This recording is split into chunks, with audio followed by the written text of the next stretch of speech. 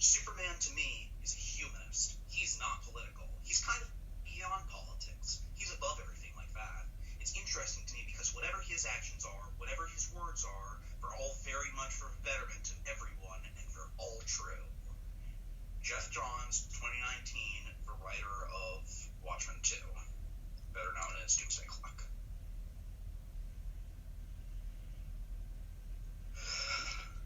So.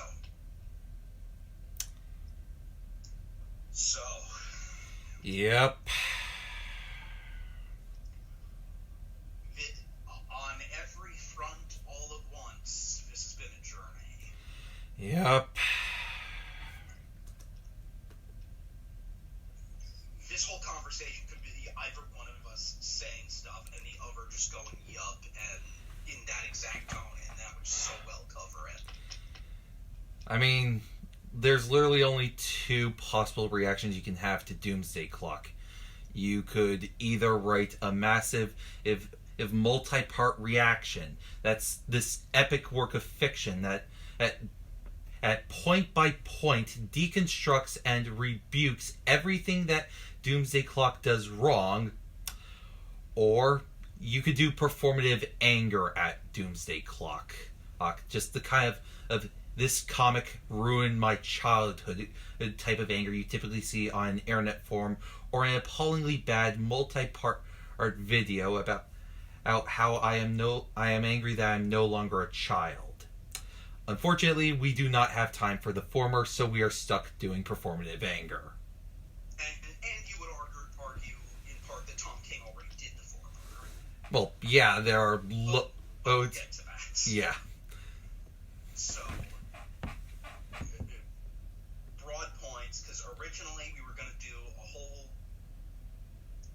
additional cast about DC's reaction over the years to Watchmen in attempting to recreate it or rebuke it or to build on it with stuff like before Watchmen, all leading up into the official Detective Comics sequel to Watchmen, Doomsday Clock, co-starring Batman. But we pretty much realized that, oh god, this is fucking massive, we are all going mad. So, very brief notes on that. Most worth mentioning, I'd say worth noting, is the original DC Universe Legends, the first post-crisis crossover, which was clearly the first shot at trying to rebuke Watchmen, and also weirdly Frederick Wertham 30 years after the fact. It's, Glorious Godfrey comes to Earth to make everybody think superheroes suck, and then the superheroes are awesome, and everyone realizes they were dumb for hating superheroes, and Captain Marvel says some vaguely fashy shit, and about how superheroes will always be hated because it's their job to be above us, and that kind of set the tone for everything since. We got stuff like Kingdom Come, which attempted to be a rebuke of not Watchmen specifically, but just dark superhero comics in general by showing, hey, what if Superman and Wonder Woman also got dark? Wouldn't that suck? And then everyone went, no, this rules, and then they were like that. And Identity Crisis, which was Identity Crisis, and eventually the New 52, which again was an attempt to make the whole universe even more like that. And then Multiversity, which I think most deserves to really be talked about a bit, because Doomsday Clock is, I think, entirely unwittingly the anti-multiversity. Yeah. Sorry, dear God. Was there in the obvious sense that there is an issue of multiversity, which, for anyone who didn't read it, is sort of a miniature crisis event, at least in the bookends, but there's a bunch of one-shots in between. The first and last issues are about showing how a big cosmic crisis sort of reverberates through different kinds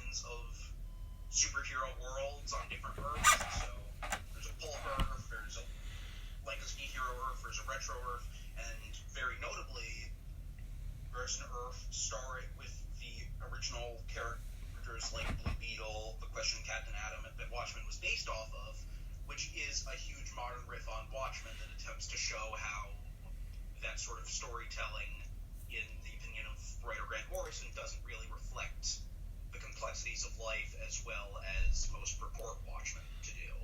And it was amazing. Everyone considered it one of the best single issues in years, and I'm about 90% certain that DC looked at that and went, oh, yeah, people are into Watchmen stuff again. And then this happened. But perhaps what's most important about that issue is that it's not all about Watchmen. It's also about how people react to Watchmen, mainly Mark Millar, or just. Oh, absolutely. Yeah. There's a chunk of it that Morrison just straight up said in an interview that's okay. This part is Ultimates. Yeah, like pretty much the whole Peacemaker's first appearance is a flagrant riff on the Ultimates, right down to a George W. Bush cameo. Yeah. Oh, like.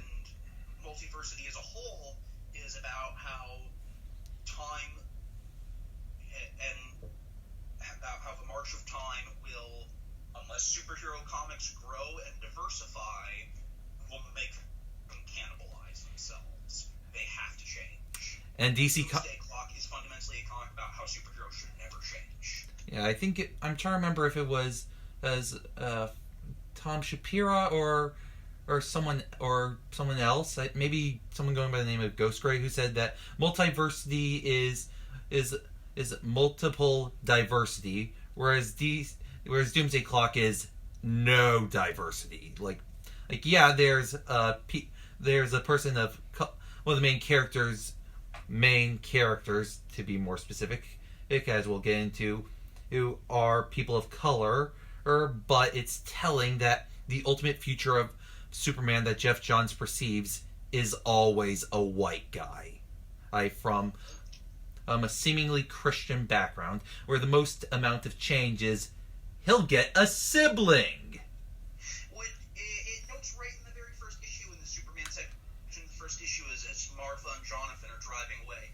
Boy, he's so alone. Maybe I wish we could have gotten him a brother or sister. So it's clearly a deliberate thing. I have no idea what his intention was with that.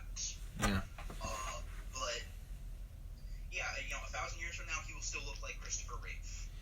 Which 1,000 years. Christopher Reeve, but 1,000 years from now, he'll be from Kansas, still be from a Christian background, and still fight for truth, justice, and the American way, whatever that means. So, multiversity happened. The Watchmen riff issue happened, and I think that's about when the gears started turning in DC.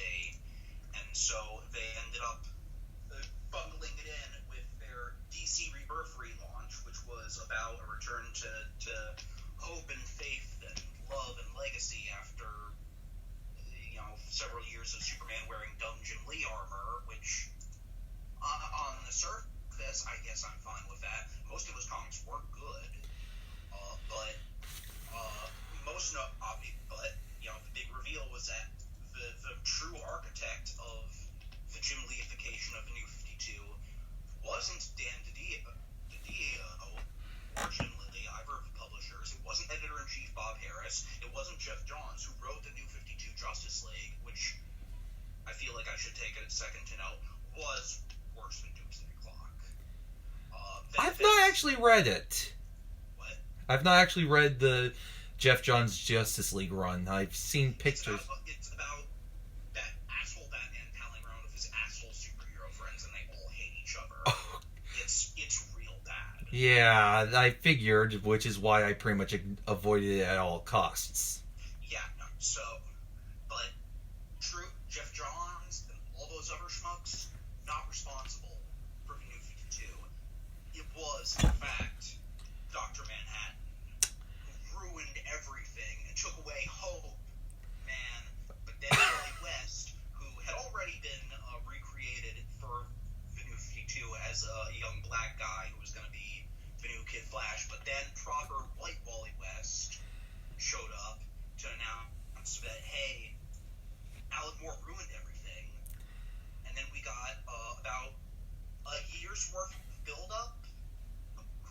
various comics to the DC Watchmen crossover that didn't pay off. And not minor stuff. Like, Superman and Batman's dads were brought back to life in, like, stuff that was clearly meant to be, like, this is all part of Dr. Manhattan's grand plan, and none of that is relevant to the actual book. Yeah, the actual explanation for Batman's dad being brought back to life is Reverse Flash is a paid piece of shit. Which, I mean, he is, but that guy's a real tool. But, and characters from America's Best Comics were somewhat incorporated into the main line, which isn't as bad as Watchmen in principle, because those characters always were meant to be ongoing figures extending past more, but also clearly they only came back because of the Watchmen stuff, which sucks because Tom Strong rules. But they did a comic, The Button, all about Batman and Flash chasing down the Button, the comedian smiley pin button. Which, frankly, has more to do with Tom King's Batman than it does with DC Comics' Doomsday Clock. Batman, which, unlike this, rules. But the sum total of that comic is that apparently Dr. Manhattan lost the button, and then at the end of that comic he gets the button back, and then Doomsday Clock he gives the button back to comedian. And also, Superman turned out to be New 52 Superman and pre-Flashpoint, that was the New 52 reboot comic, were both fragments of one true Superman, except, according to Doomsday Clock, only somewhat, and they merged, and that led to more weird comics, but eventually he got his underwear back, so that was good. I have no idea what happened in Superman Reborn. Like, I've read it. I know Mr. Mixie-Spillick was involved, but what happened? The answers to that will be in Doomsday Clock, apparently.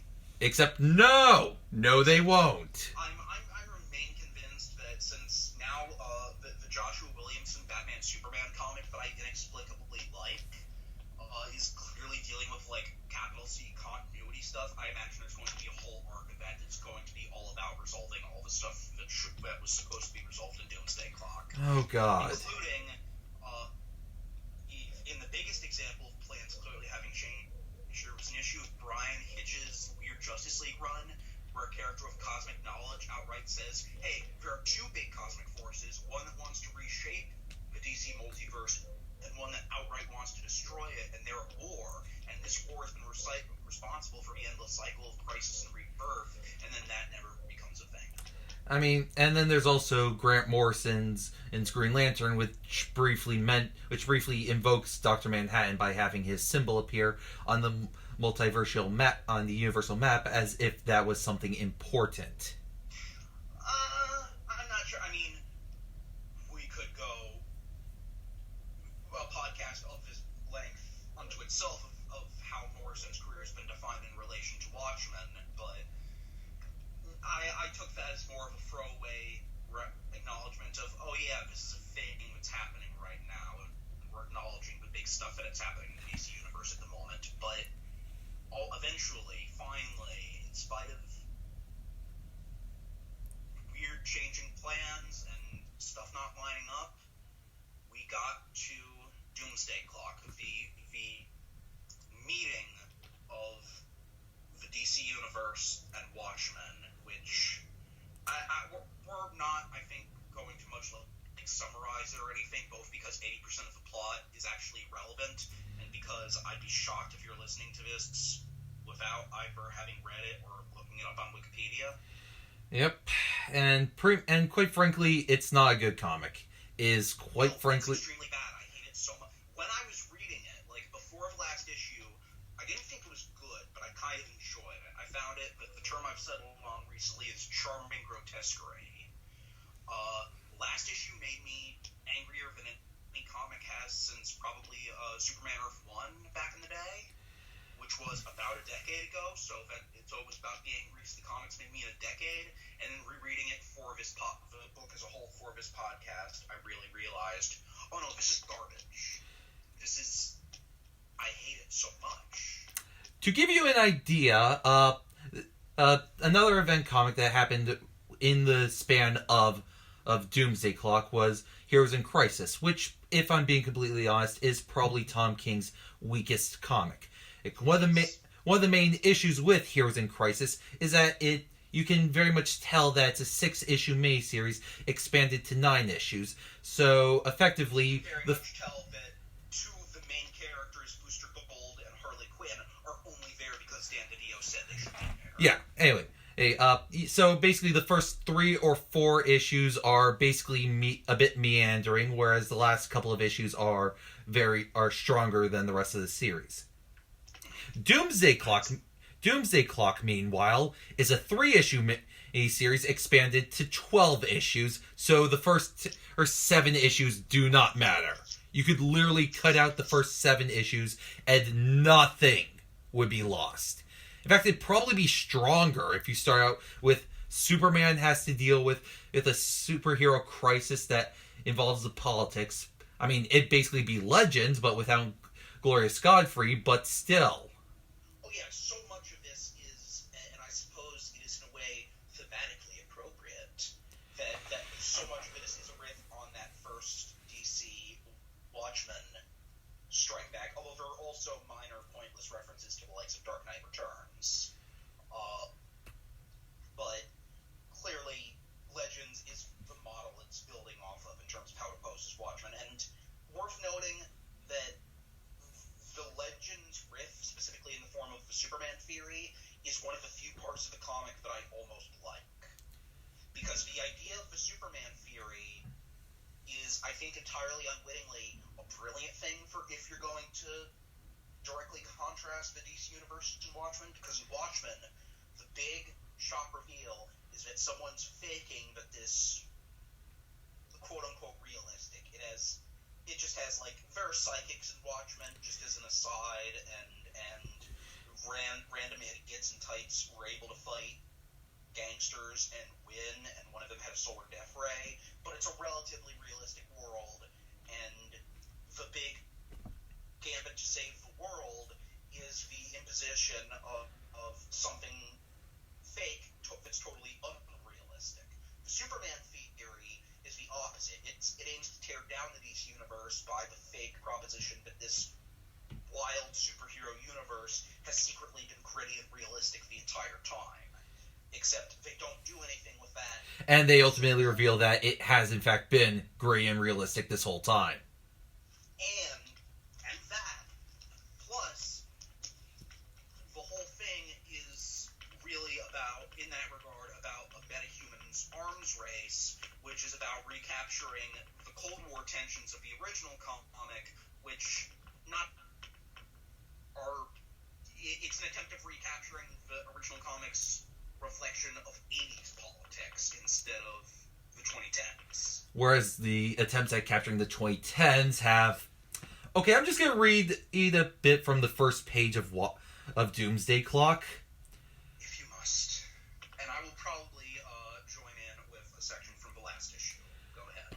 The undeplorables scream to hear themselves deafened in their echo chambers, blaming the other side for what they have instead of who they are. Their tolerance is a one-way street. Which, yeah, the thing about this thing is that it is as political as the original Watchmen, if not more so, and its politics are aggressive centrism, which is especially notable because it does describe the other side, in its own words, as totalitarians, which makes tolerance being a one-way street seem like, I don't know, if you're describing the other side as totalitarians? Yes, it's very much a text it's the kind of text that will have Superman defend and President of the United States Donald Trump, but never once show President of the United States Donald Trump. Although it's meant to be extremely clear that it is Donald Trump. And No. he's defending him from Scary Brown Man. Yeah, but furthermore, it is willing to show Vladimir Putin, but not Donald Trump. Oh, yes, it's completely cowardly. Yeah, it's a fucking coward book. It's just this cowardly stance of, we're gonna have Superman defend Donald Trump, but we're not gonna show Donald Trump. it's blatantly clear that it's Donald Trump. He even uses the word huge. Huge. But when Frank Miller has more willingness to critique Donald Trump, you seriously have some fucking problems. And, I mean, the final issues you mentioned, first issue 1 is the world is drowning in hate and anger, sides separated by an ever-widening canyon of digital bile. Soon both factions will tumble off edge, falling into bottomless pit of liberal self-righteousness and outdated identity politics, hands clutching for weaponized foes, finding no olive branch to save them, because neither side knows what that means anymore. Which, aside from, like, the surface of it, the last chunk of that speech is overlay of Superman fighting a kid, who, you know, he's covered in, like, sand armor, so you can't tell it's a kid, but we saw this kid earlier in the book who had fled to Black Adam's nation of Kahndaq as a victim of oppression, and the comic doesn't care about that. The comic regularly acknowledges, like, police brutality and institutional horrors, that some often superheroes can be pieces of shit, that power structures work for the privileged, and it doesn't care about any of that. Like, it acknowledges those are all things, but, like, I mean, really, for a comic that talks about politics as much as it doesn't really, it just makes, like, gestures at, hey, both sides go too far, instead of, like, showing either of both sides, other than, like, institutional horrors that it then ignores at the end. Yeah, I think perhaps the most the big notion that Superman isn't just American, except then at the end he's positioned as an American icon by everyone, and also, again, his big final fight is defending the White House. And also, it's telling that the arc words of this whole series are, you see what you want to see. Which is, yeah, it's, the world is what you make of it. Look on the bright side of life, and truth is relative, so you shouldn't take sides, except Superman takes a side at one point. But and things go horribly wrong. What? Things go horribly wrong when you take a side.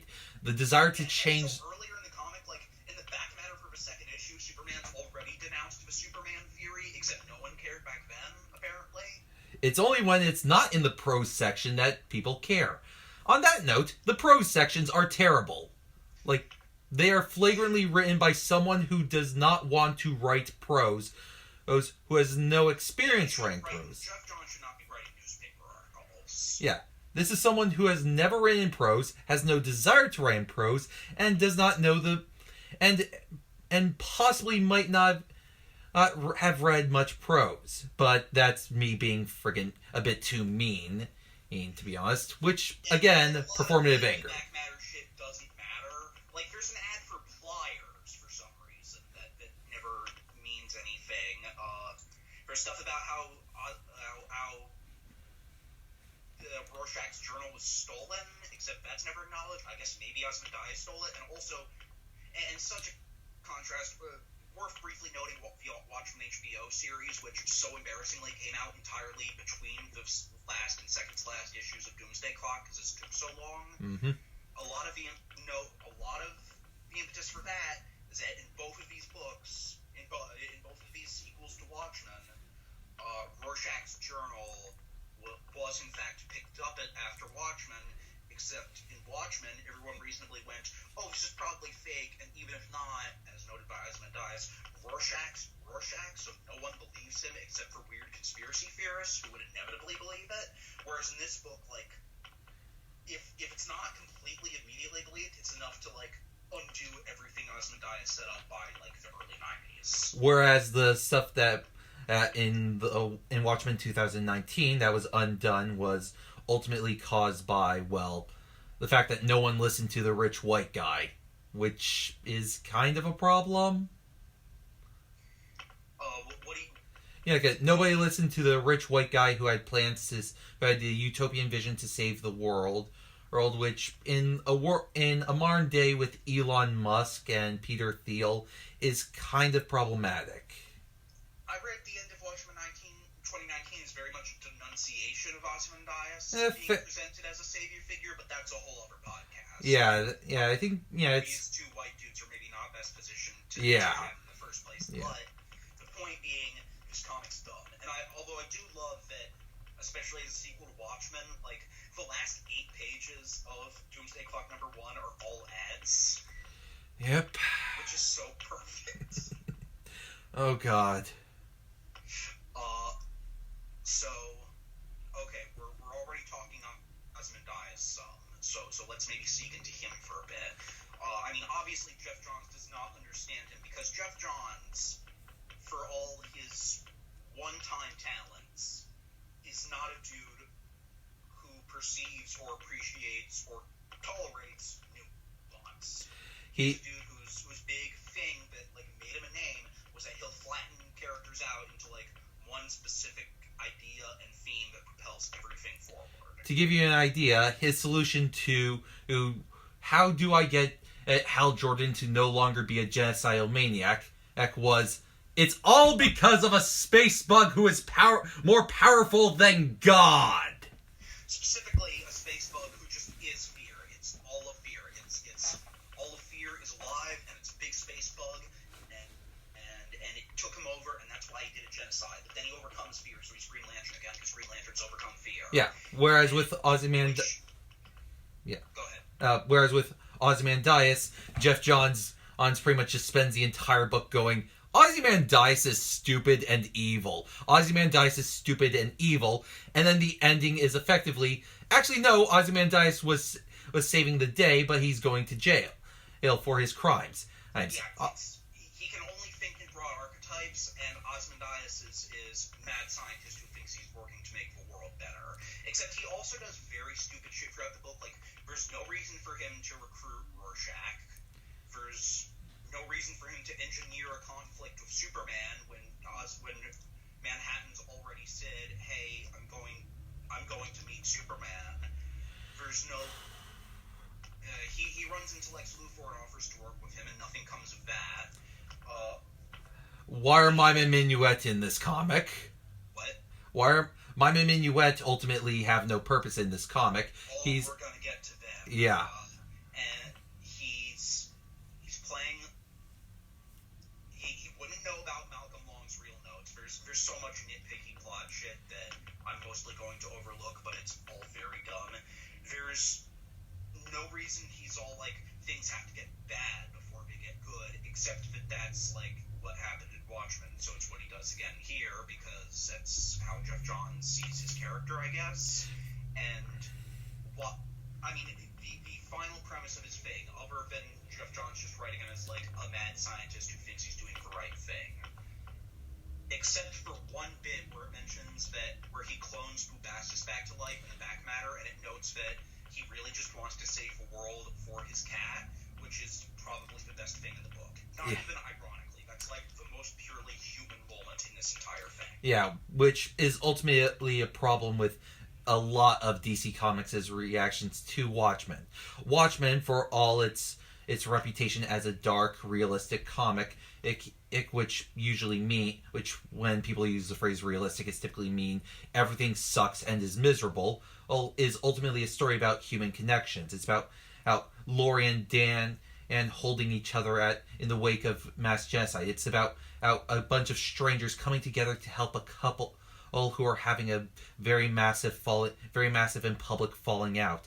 It's about Rorschach having deciding to spare his landlady after seeing one of her kids. It's about how Ozymandias. It's about all these big things, but also these very small human moments. Most of the reactions to Watchmen fail to have these little moments. Most notably, the extended cut of Watchmen, the motion picture, doesn't have these moments. And it's opting instead to have violent in fight scenes and the scenes with the Black Freighter wraparound scenes ultimately just have brief, "Hey kid, why don't you read that somewhere else?" repeatedly asked without any characterization. And there's no normal person, as it were.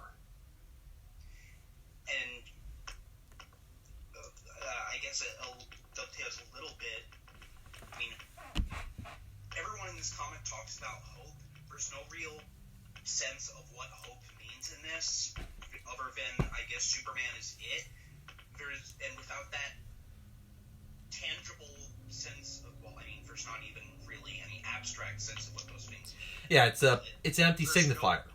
Or like this is something. One of the more contentious moments of Heroes in Crisis is an offhand joke Tom King makes about how Hal Jordan has no idea what will is, which, when you pause and think about it, will has ultimately become an empty signifier in the Green Lantern mythos to ultimately mean something along the lines of strength or whatever. But is it to be willful, free will, the will to do the right thing? You're imposing your will upon others. Here's what then. Will has this vague meaning that can practically mean anything, and explanations of what will means specifically ultimately sound like the Ultimate Warrior talking about distrucity for 1,000 some odd words over a 2-page spread that you can't read. Hope likewise can be twisted into this empty signifier to mean the good stuff of whatever that good stuff is, without any specific. Is it hope for a better tomorrow? Hope that things will change. Hope that things will get better. Hope that or is it, as is most likely the case, hope that things will remain the same.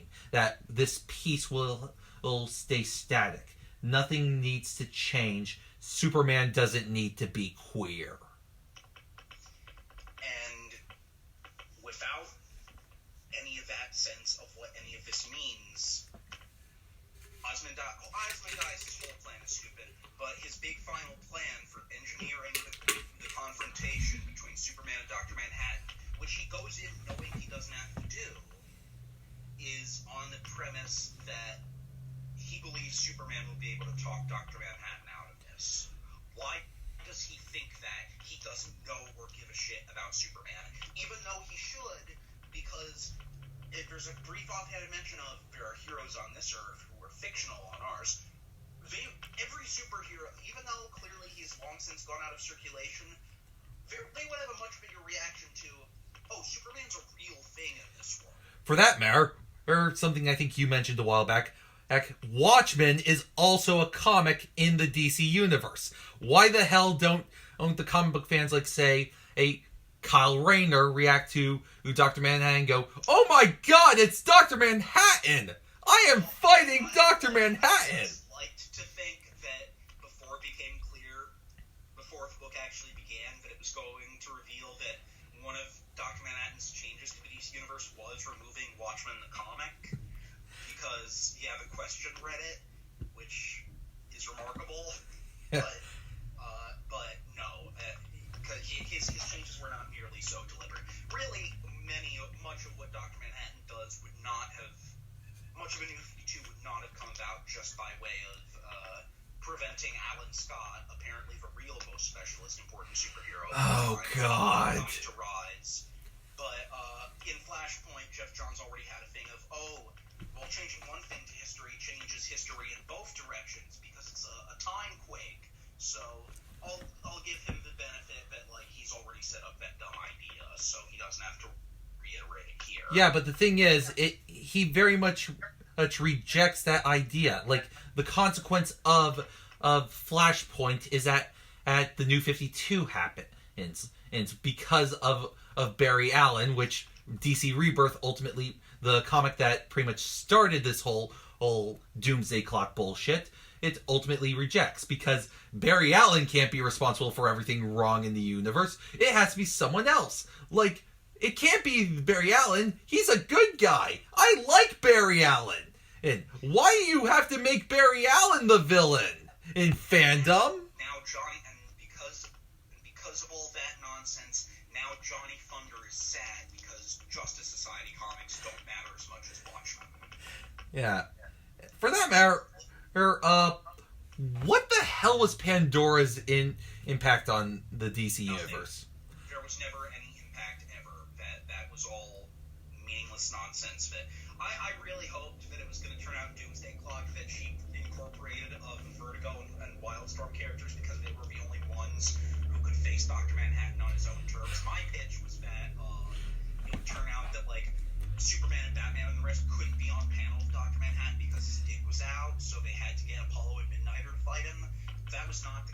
Yeah. Did get Superman and Batman on panel with a radioactive dick.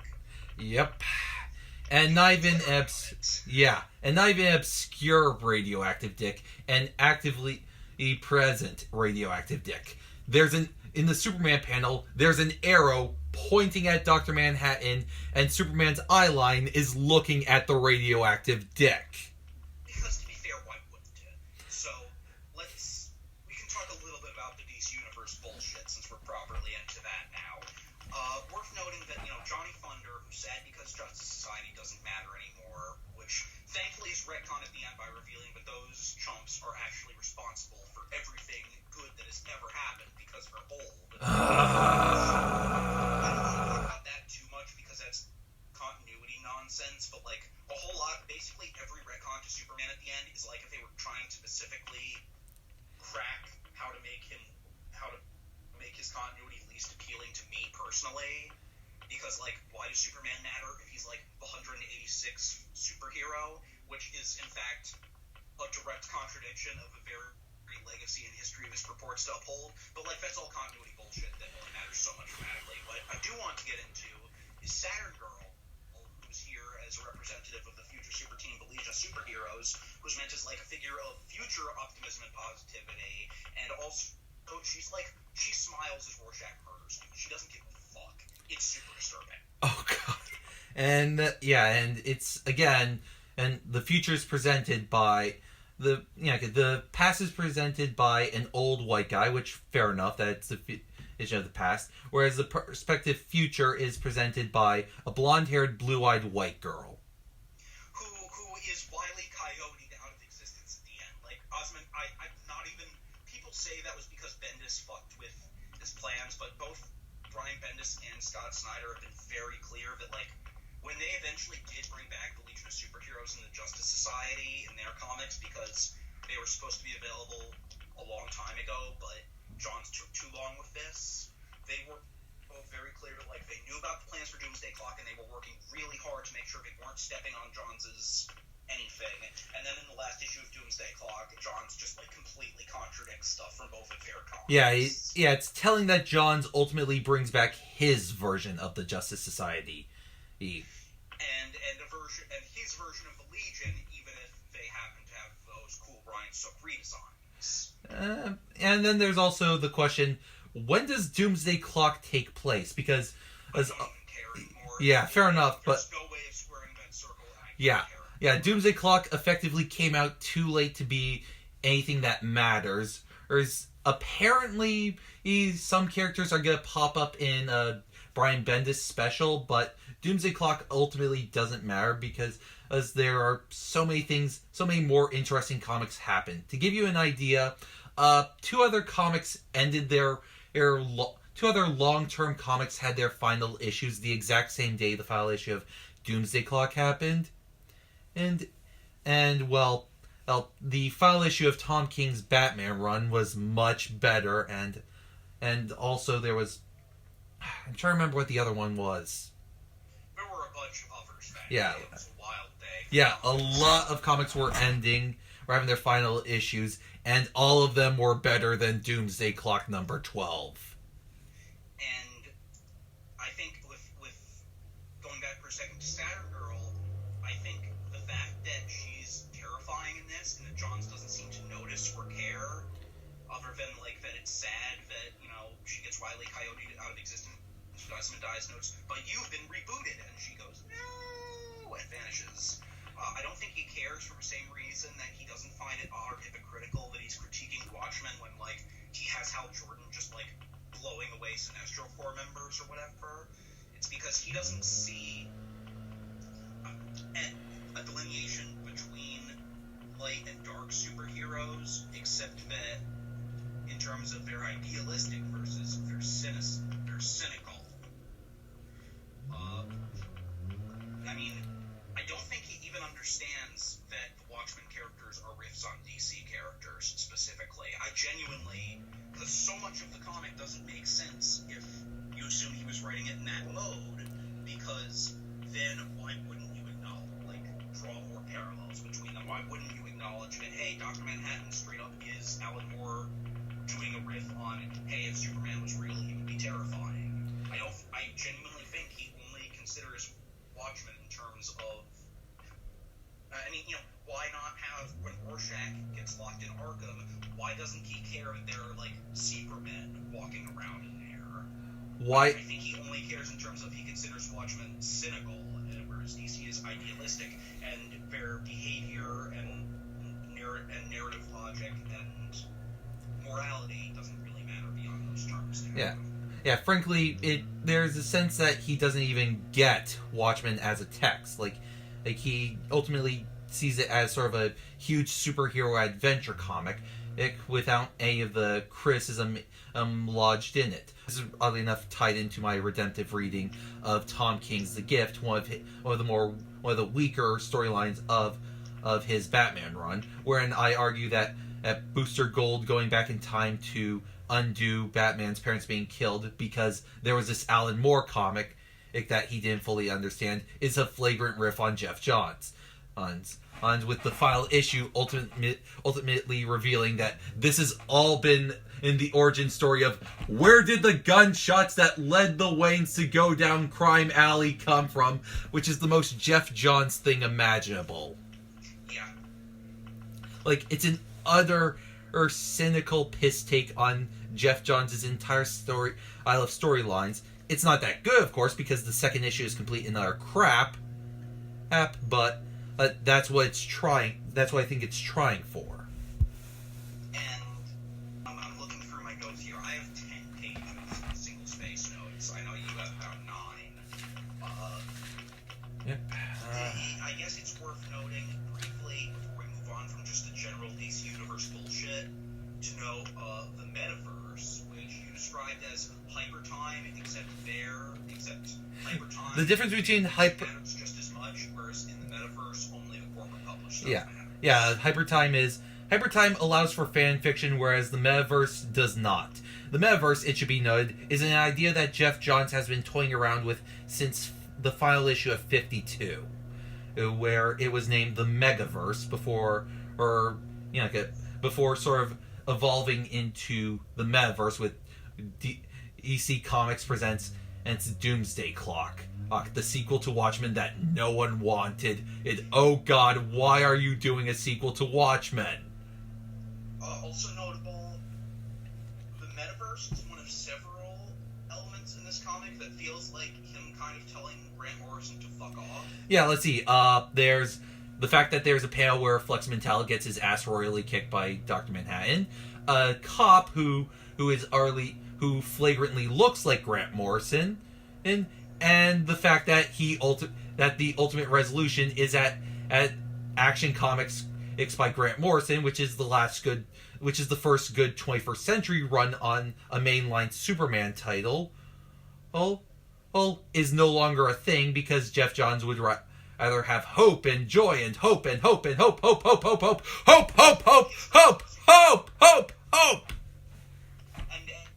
his version of the Superman origin. Yeah. Except not even that, because now Superboy's back, I guess, because of the Justice Society, which is the opposite of how that continuity worked. Oh, it God. sounds like Legacy, so it's okay. And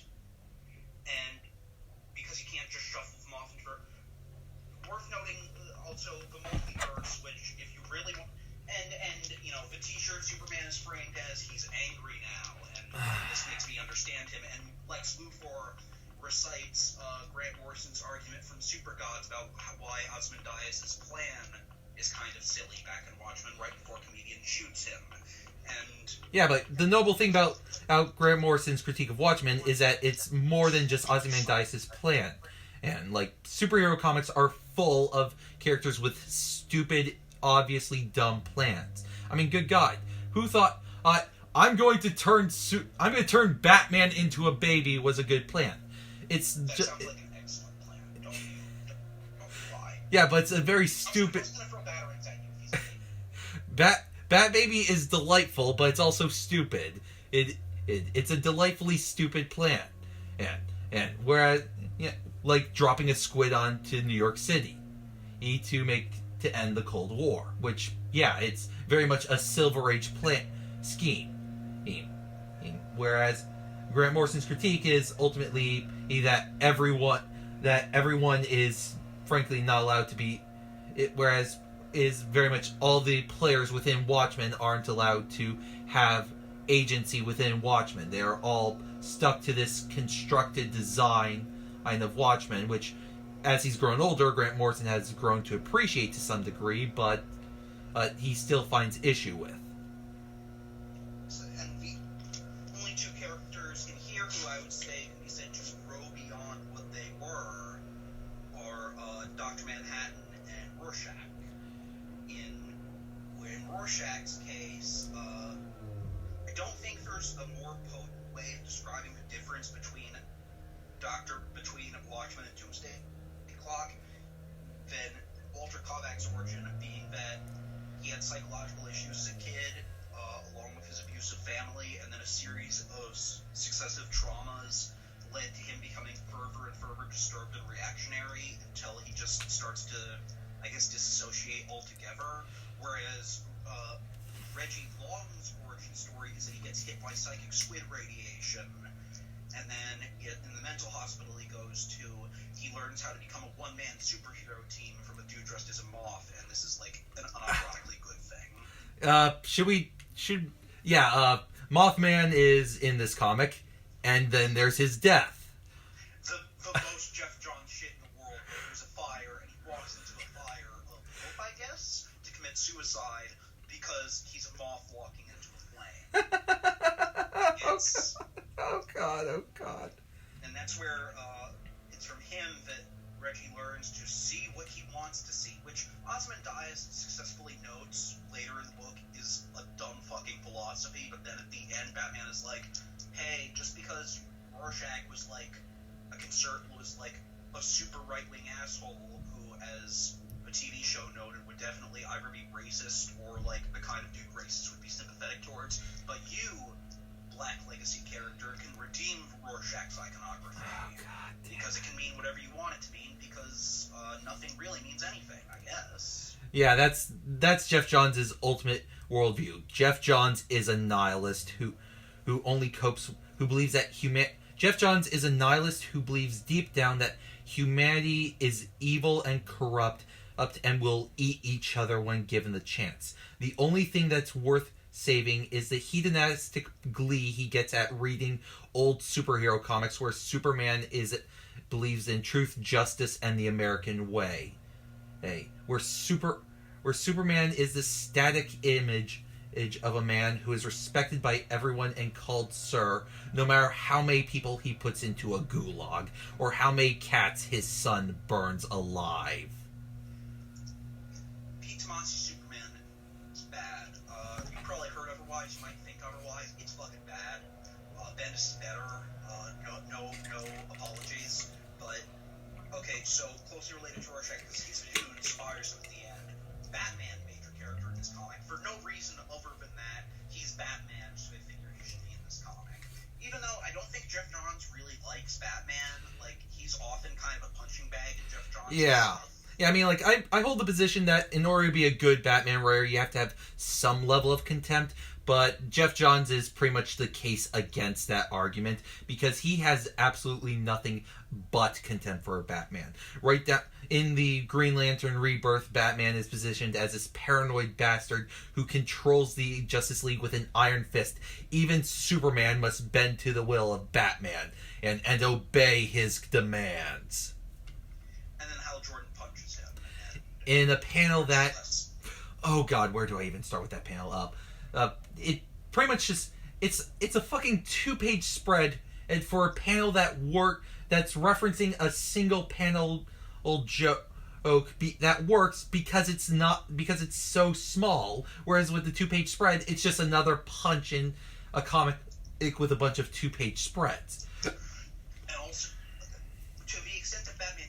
Also, he starts this comic with a riff on, like, okay, here's a classic Batman costume, except it looks stupid because they took away his underwear, and more importantly, like, they give him the yellow bat oval, but it's like it looks like an ashtray glued onto his chest. It's the cracked version of the Batman Inc. outfit. Exactly. And then in the last issue, he just changes to the costume he's wearing right now in the comic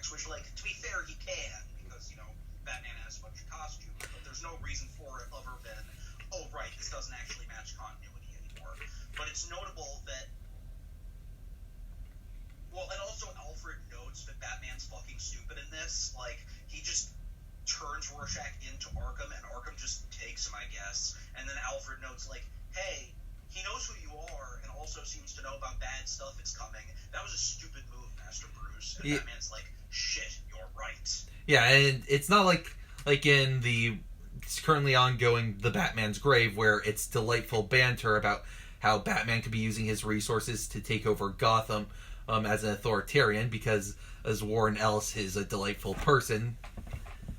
Yeah, I dig that how that reframed the whole, why doesn't he use charity to fix Gotham, as like, hey, like, that would just be a different way of a rich dude deciding how to run everything. Yeah, and though I will say the line about, you're using your evil dark web powers to confront the monster.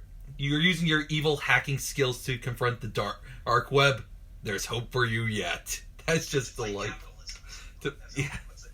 Which is good, but not as good as when Batman asks him how he stays awake 19 hours a day, and he responds, he's constantly on cocaine.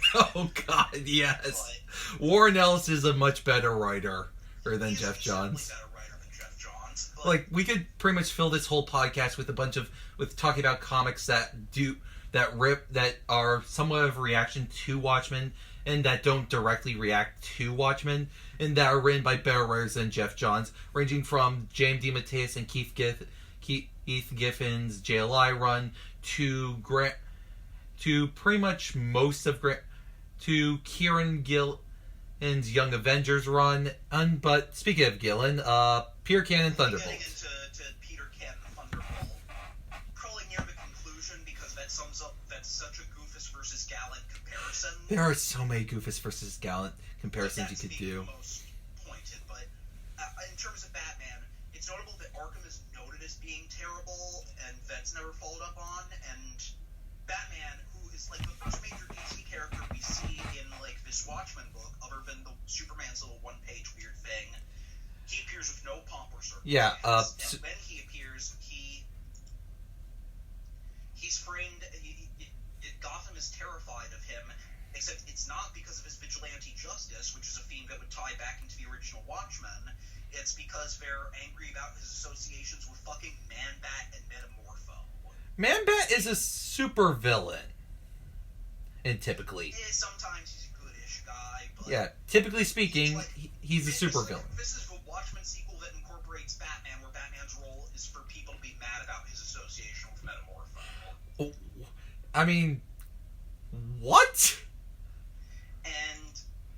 And also Joker's in here, and he just does, like, a dumb guy's idea of how Joker acts, which is a shame, because one of the few really good parts of the book is there's a cover of Joker applying his lipstick, and in the background there's a picture of a mushroom cloud, but he's drawn a smiley face on it, which is one of the few parts where, like, the iconography of the DCU and Watchmen crash into each other in any sort of meaningful way. Yeah, but naturally... It's a good cover because Gary Frank is very good. Yeah, though he does have a tendency of drawing people with scowly faces. No one can draw smug assholes like yeah. Gary Frank. There was actually one panel that I got a bit concerned with, where Johnny Thunder is going to the bus station to the place where Alan Scott died and where the Green Lantern's supposed to be, and there's this image of a Muslim man that I found a bit iffy. Didn't notice that, but I believe you. Yeah, like, it just... Yeah, there's just this... Yeah, he just looks like this scowly stereotype of a Muslim guy who's very angry, and it kind of pointed out that... It kind of made me notice that Gary Frank draws a lot of scowly faces. Like he's not as bad as EVS, who is a fucking Nazi about it. It's Nazi.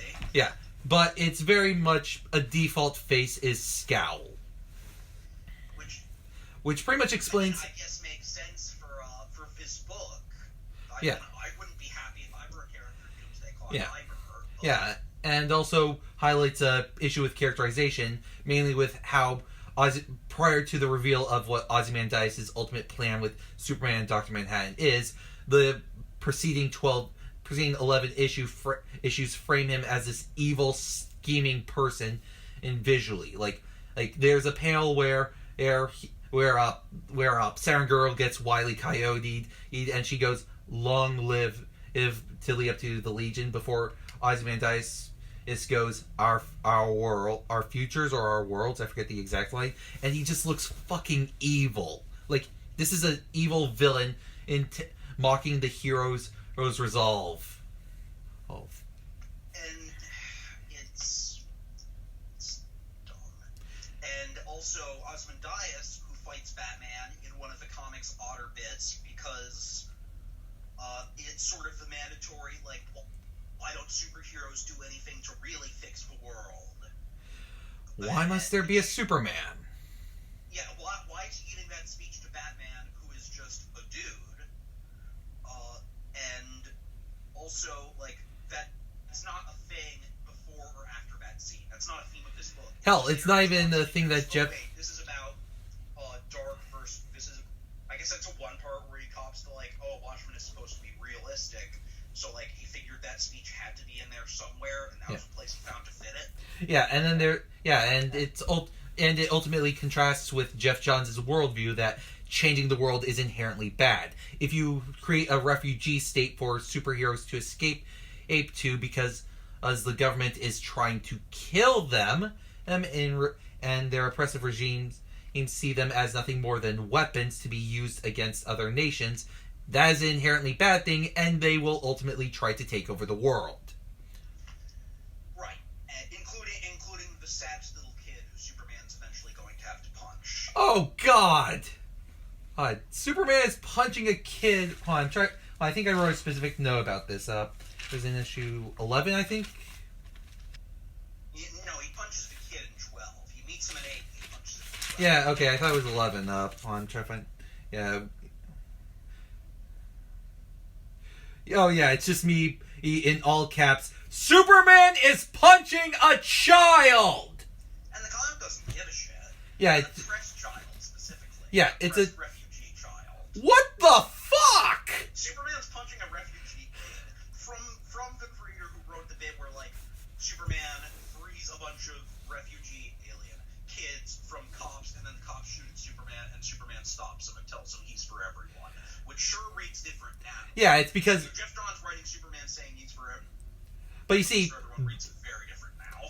But you see, those kids weren't human kids; they were alien kids, and it was set in the future. So it has absolutely nothing to do with the modern political landscape whatsoever. Or there is nothing political about Superman.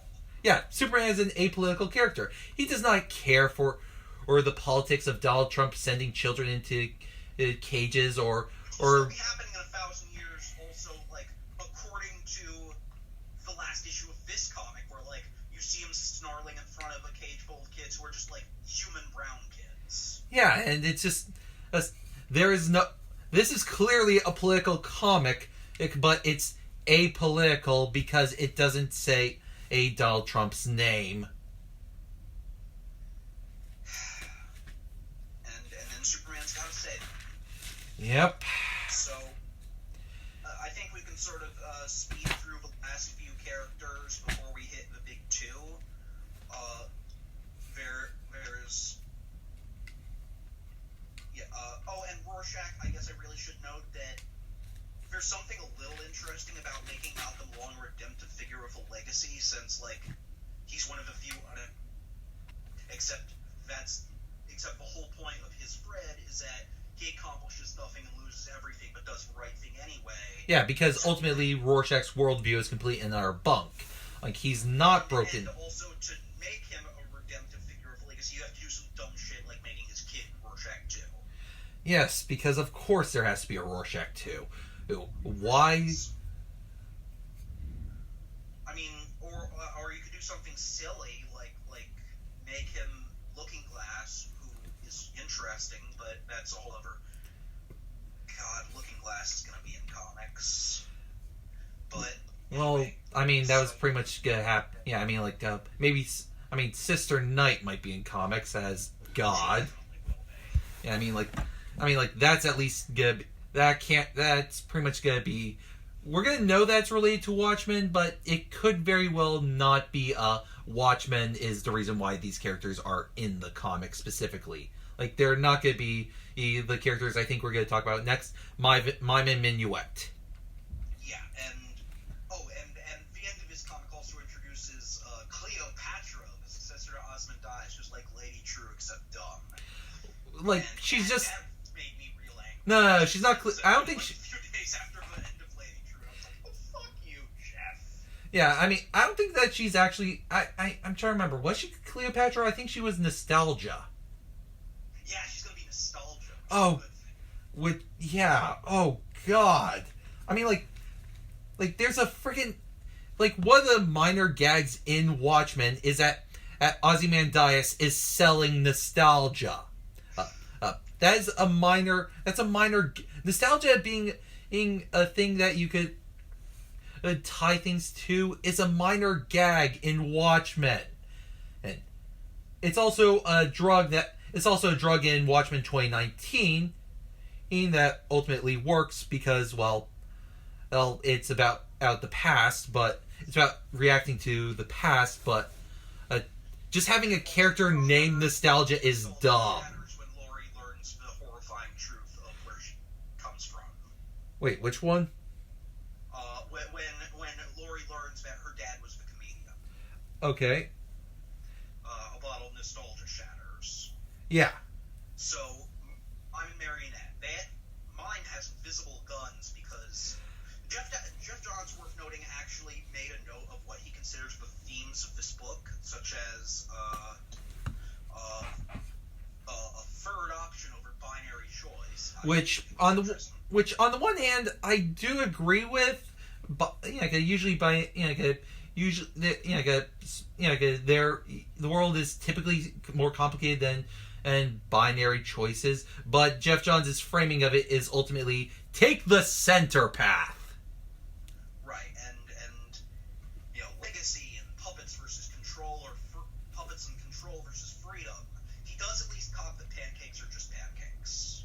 Yeah, I mean, yeah, pancakes are delightful, but I mean... Now, but specifically he notes blind spots as a big thing here, such as, I guess, some instances of Batman didn't listen to Rorschach, except that he did pretty quickly, which is Firestorm doesn't know about Steins, Ozymandias doesn't know why Manhattan's doing any of this. Manhattan doesn't know because Geoff Johns comes up with, like, 4 separate cop-outs for why his powers aren't working properly. Superman wanted to change the world because he's Superman.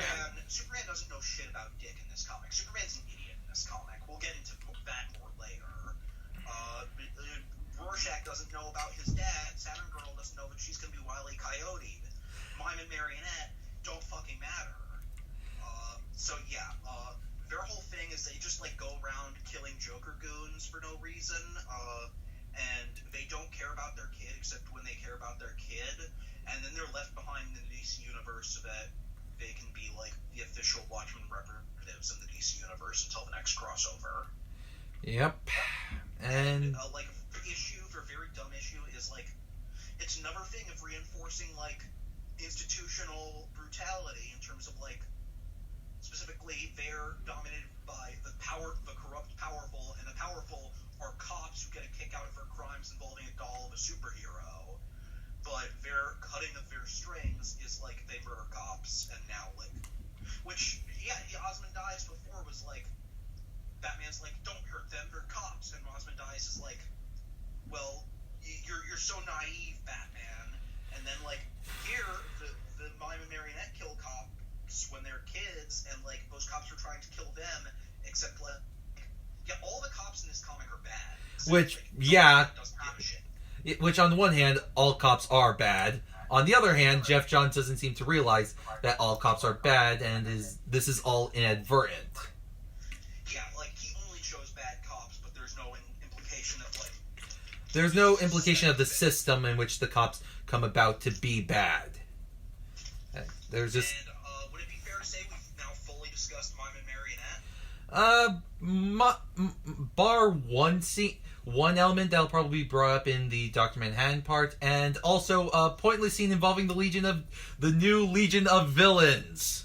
I kind of liked that bit just because it was so other than, like, all the nonsense setting up of further, like, main universe stuff that doesn't actually pay off in the main universe, because again, this is so like out of sync and pointless. But just because we hadn't seen much super stuff, it's interesting seeing all these weirdo supervillains in their dumb costumes. Like, it feels like most of the few good moments in this comic are when like something oddly, genuinely superhero-y shows up in this low-key book.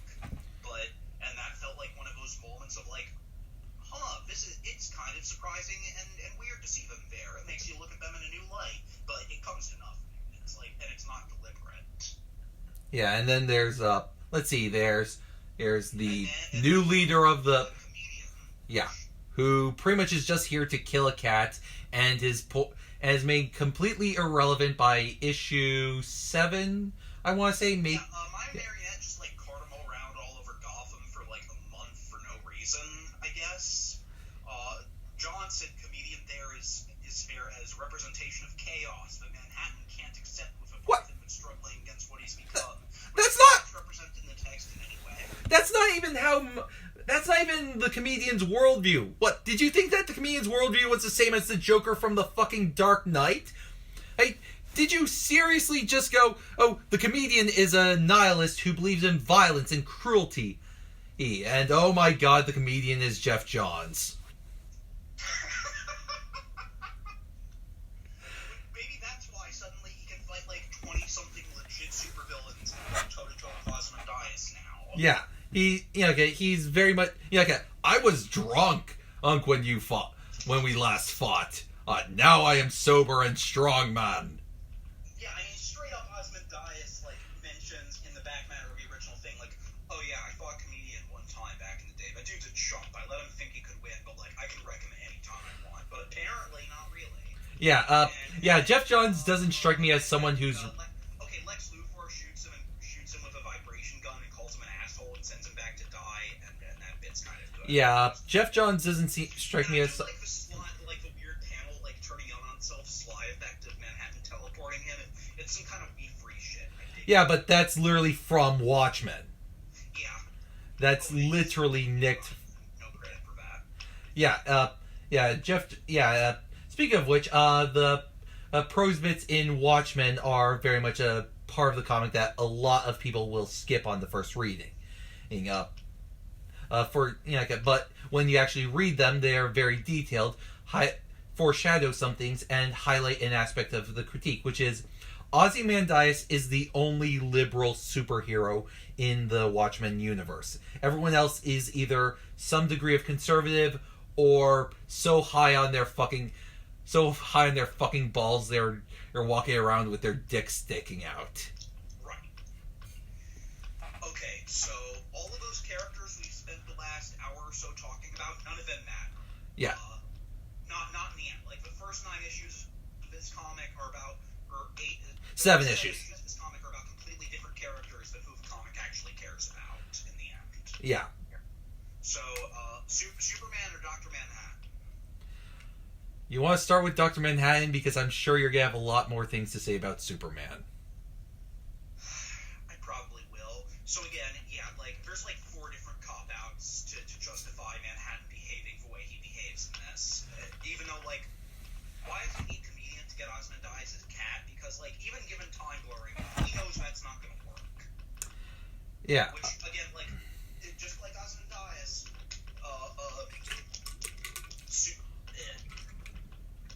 Johns has to flatten him out into, like, a single defining trait.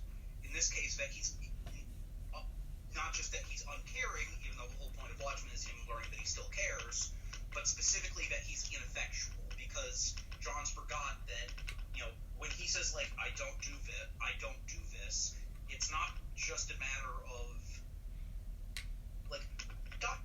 Manhattan is a somewhat active character in the original comic. He does do shit. And when he doesn't, it's not just a matter of because time decrees I don't. It's because he doesn't care enough to do something. Yeah. Whereas John sees him as, like, the whole I don't do this means that he does nothing. Because, like, he just does whatever time yanks him around. Yeah. As opposed to, like, him having a holistic perspective of his own life. Yeah, he pretty much misunderstood the meaning of the phrase, we're all puppets, I just can see the strings. Yeah, in there, it's a term of time is, like, everyone, it's not even a sense of people don't make their own decisions. It's a matter of he sees how it's all going to play out and has played out and is currently playing out, which is a thing that could have contrasted with Superman, because Superman is a holistic view of the current moment with his super senses, but, like, that would involve putting thought in it. Yeah, he sees it purely as, okay, time is, like, a thing that's yanking him around. Which, if we're being honest, is also kind of a critique of Watchmen 2019, which very much also has the time is yanking me around. I fall in love with you because I am in love with you because I fell in love with you in the future, or sort of thing.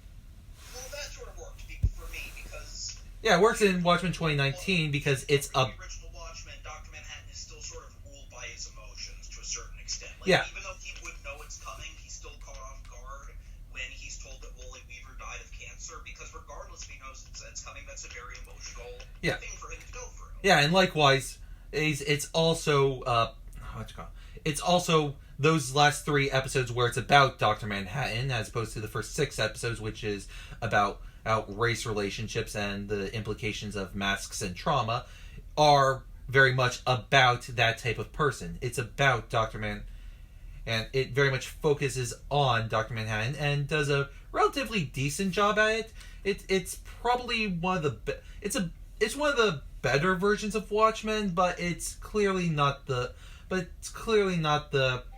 There are clearly versions of Watchmen that are better than it. It's not Watchmen good.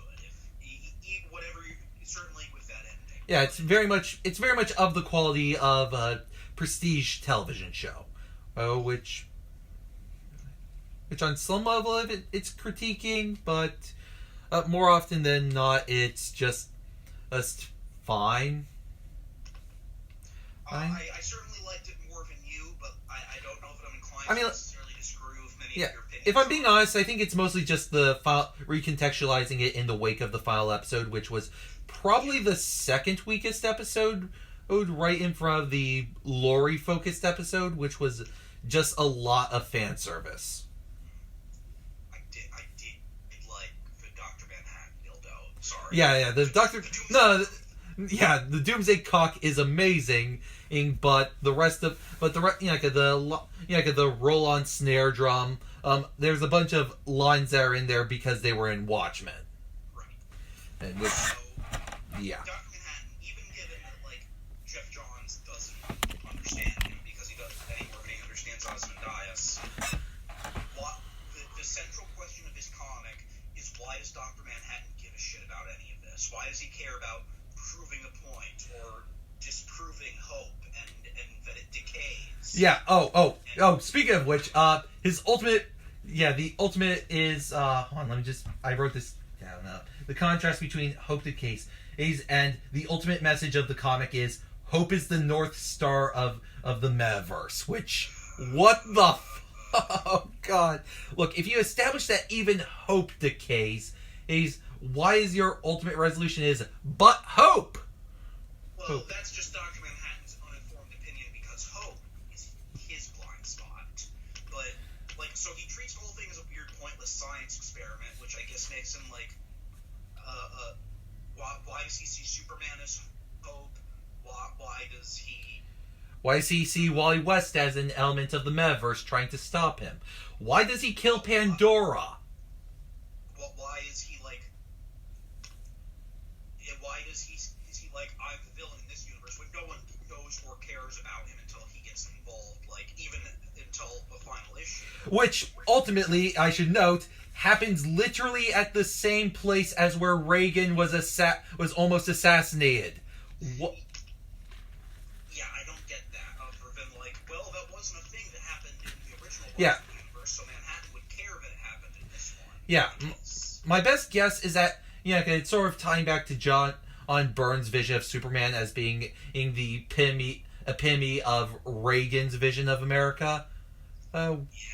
Which ultimately, again, Superman is a conservative figure, and now. I joked recently with a friend that like the only way this could have been more perfect in terms of retconning in everything I don't want to see in Superman's history was if it had made Byrne's Krypton again. Is this an endorsement of John Byrne's Superman? It very well might be. It's John Byrne's Superman will last to the future. John Byrne's Superman is forever and always. He will. I hate John Byrne's Superman. Okay. Yeah. I suppose. Okay, so if Dr. Manhattan's running this stupid science experiment about hope, why does he give a shit? Is this all about like he sees he's gonna die, except he doesn't because of his experiments with the dialectical unity principle, and like, but is this all like weird fatalism on his part because he thinks he's going to die? Like, why does he care about any of the things that he cares about in here? And his ultimate conclusion about all of this is effectively, I'm going to quote Jonathan Hickman's Avengers run, and conclude that, and then rip off Jonathan Hickman's Secret Wars. So well, that, and the only reason he turned out different from Superman was because he didn't have a good dad. But oh god. And so I guess it isn't until the end that he comprehends the multiverse for some fucking reason, which, again, multiversity contrasting here, the purpose of a multiverse is not infinite diversity, but infinite cataloging of the past. It's... Yeah. Geoff Johns' conception of multiverse is an endless long box of all your favorite old comics, forever. Yeah, it's... everything... The multiverse is the story that the multiverse. The purpose of the multiverse for Geoff Johns is to justify buying DC Comics. Right. And of course, also to effective, and also, DC Comics must always be the way they are right now, i.e., complete and utterly Even though change is a constant, according to Dr. Manhattan. Change is a constant, but a change won't be. But the way things are will always come back, and Al Ewing's Immoral Hulk will have absolutely no impact whatsoever. I was kind of I enjoyed initially the whole here's the future of DC Comics field, because that's a kind of ridiculous speculative utopian future fiction as applied to weird genre bullshit that I enjoy. But then the point of it turns out to be what the point of it is. Yeah.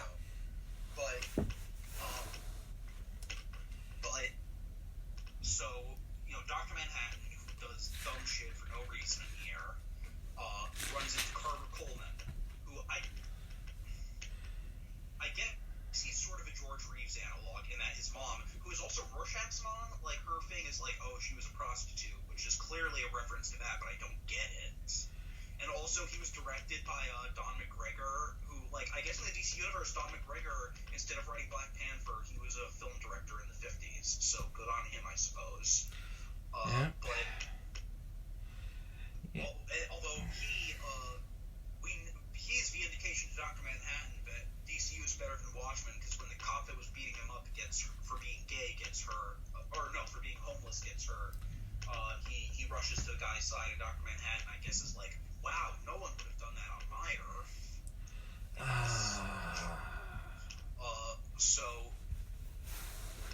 Yeah. And of course... and I mean,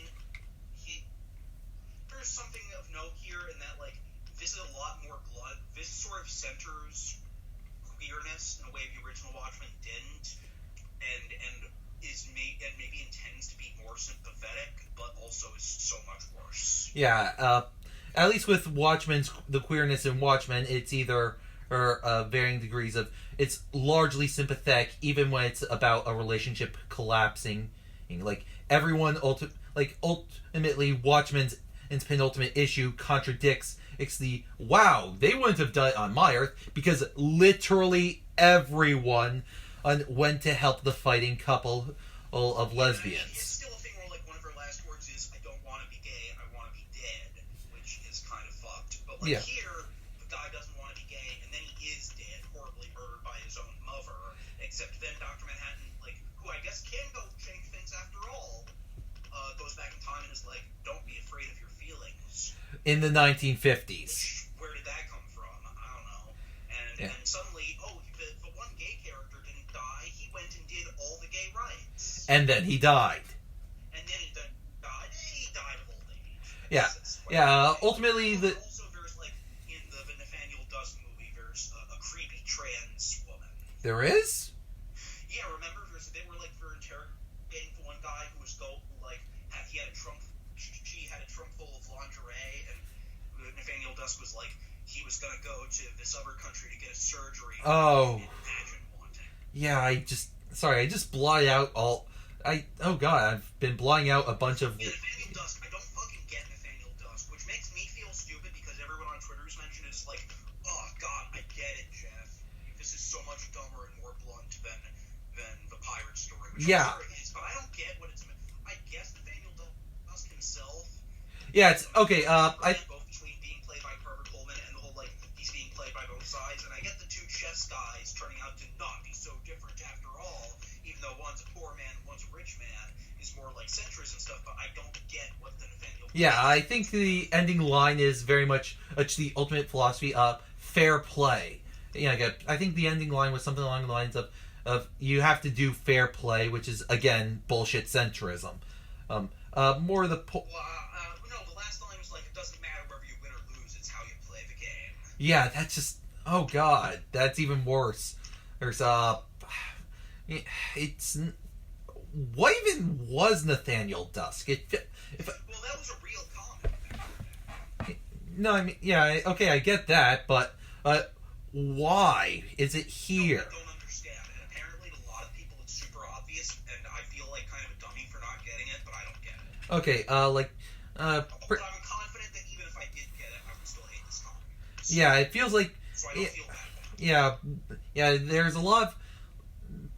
I don't think Geoff Johns gets the structural tricks Watchmen was doing with the 9-panel grid.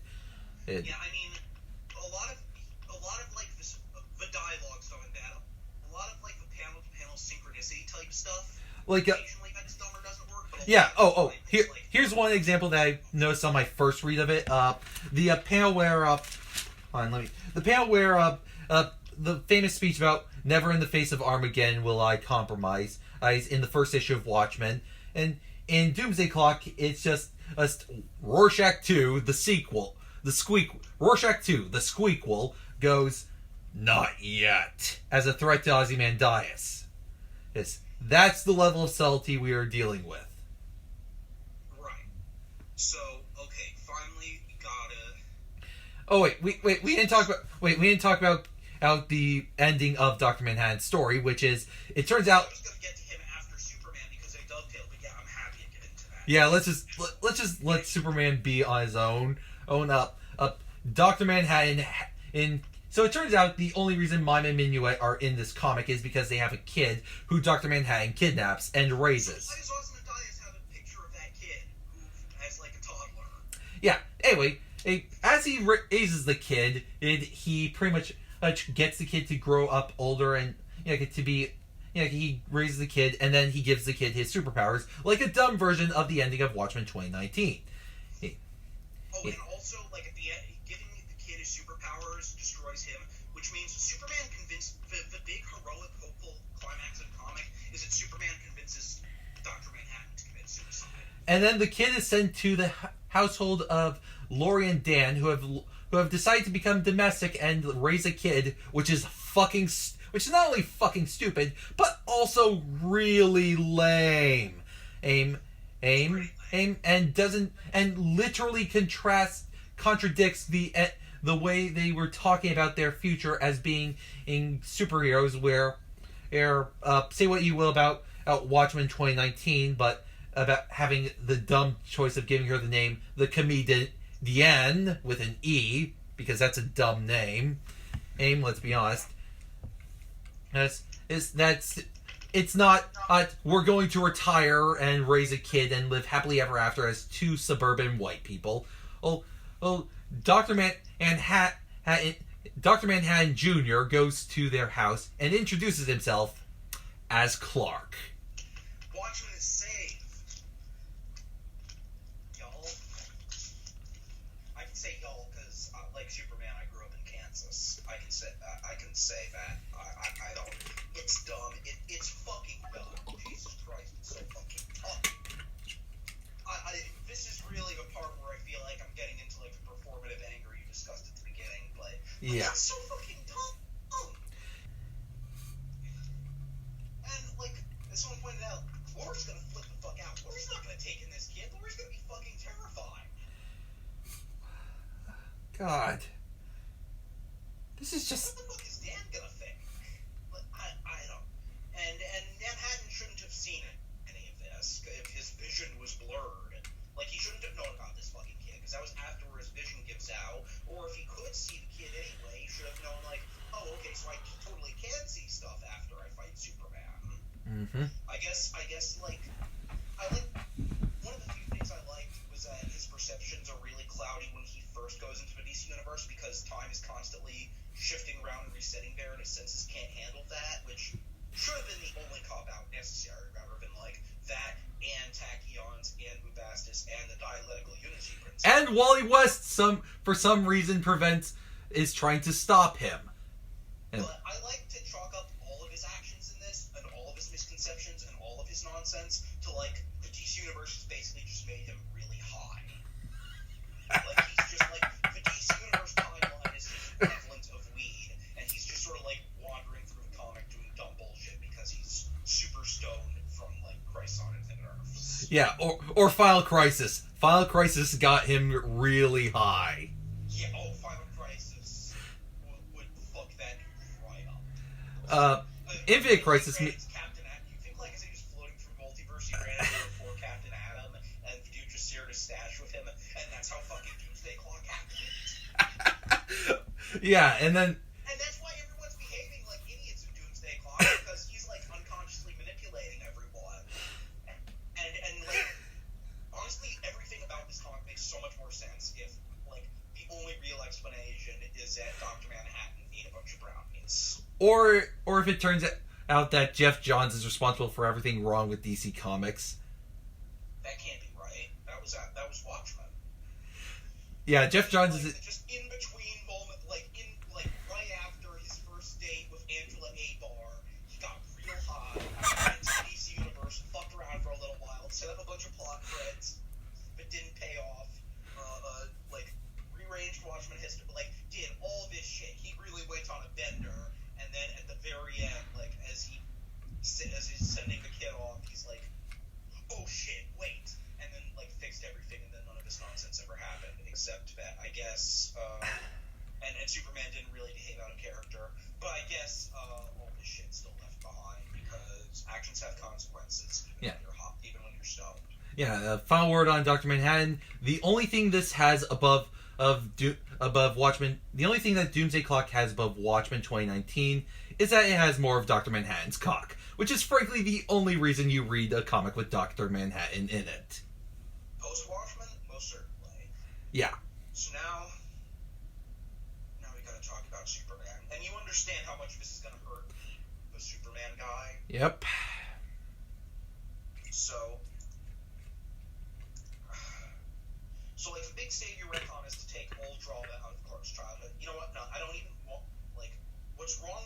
I was going to say I don't want to talk about that because that's continuity bullshit, but it also fits in terms of that it means what's wrong with Clark revealing himself to the world isn't that there's anything wrong with the world, or that it will fear something like him, or any sort of critique of power or his strange place in, or of the world itself, but because retcons overrode that really the Justice Society was around, so everything was fine, and he got to be Superboy. Even though Superboy, like, in the history, this is referencing Superboy's Earth 1 and Justice Society's Earth 2, and the Justice Society did not fucking come before Superman. That's the opposite of... This is why, like, I don't want to talk about this, because none of this matters, thematically or textually, or at least very little of it does, but it makes me so angry. This is all so dumb. Anyway, actual Superman discourse. Well, the most important thing that this book notes in regards to Superman, which it doesn't care about, again, is like, the news report mentions, during the protest, an American soldier wearing the Superman armband fired into the crowd, killing an unarmed woman. That should have been half the fucking book. Yeah, like, that's literally what's going on in Ian Llewellyn Yang's Superman Smashes the Klan. A young boy who's a member, whose family is very much tied with the Ku Klux Klan, or is it the Ku Klux, or their stand-ins for... the Clan of the Fiery Cross, is a Superman fan, and like people, like there is a constant of authoritarian figures using superheroes in their iconography. Charlottesville had someone wear a Captain America helmet at their dear God, the Punisher. Or don't get me started on the fucking Punisher. So Superman, and Dark Directions want to redefine Superman as if Johns didn't reboot him and then reestablish his own reboot at the end of this, and then say that Grant Morrison was the one who fucked everything up by making Dr. Manhattan able to understand him better. But, yep. Yeah, because God help us if someone tries. The Thunderworld issue of Multiverse and Evil 1, it's like, okay, here's retro fun Captain Marvel adventures, except there's lots of stuff that's subtly fucked up in that issue. But Geoff Johns read that issue and is like, yes, this is a good issue. This is what superhero comics is. Yeah, like there's a lot of ugly beauty politics, the child labor laws, and of course, pedophile Isles Dr. Savannah. But like, Johns doesn't give a shit. Like, Johns doesn't see any of that as contradicting, just being fun, because, like, for him it's all just idealism versus cynicism. And yeah. As Amy Poodle, Mark Stewart, I believe, on Mindless Ones once put it while reading Blackest Night, Geoff Johns wants the DCU to breathe. He wants us to feel like we could live there. He wants to live there, and that's all he wants. Yeah, Geoff Johns is ultimately what people think Grant Morrison is like. An incoherent writer whose only interests are in how great and wonderful DC Comics is. Grant Morrison, for his part, while oftentimes writing about DC Comics, always has a twinge of the real world in his works. There's discussion of class warfare in his Batman run. All-Star Superman, perhaps you're probably going to go in more depth about All-Star Superman, and then I probably could. Yeah, like Flex Mentallo deals with the issues of people who are. Is all about why superheroes matter to the real world, as opposed to just generically asserting that they must. Yeah, File Crisis is about how authoritarianism is powered by capital. Authoritarianism and capitalism are tied together, and ultimately lead to a self-sustaining cycle of cruelty and depression. And Action Comics posits a vision of Superman who is socially active and angry about the world, but is repeatedly overturned by being a corporately owned character. Geoff Johns, meanwhile, goes, "Hooray! Superman is a corporately owned character!" He's a humanist. He has no politics. So Superman here, again, like, he opposed the Superman theory right along, but no one cared until, like, it was narratively convenient. He, as a reporter, Clark Kent, is duped by lies at multiple turns. And when arguing with Black Adam, he defines his morality when Black Adam is like, "What makes you better than me?" And Superman says, "I'm authorized." Which, again, is a very conservative worldview. That because Superman is a weapon of America, he is good. Except, like, a whole bunch of times everyone's like, well, Superman doesn't represent America, except at the end where he does, explicitly. Yeah, truth, justice, and the American way. Hey.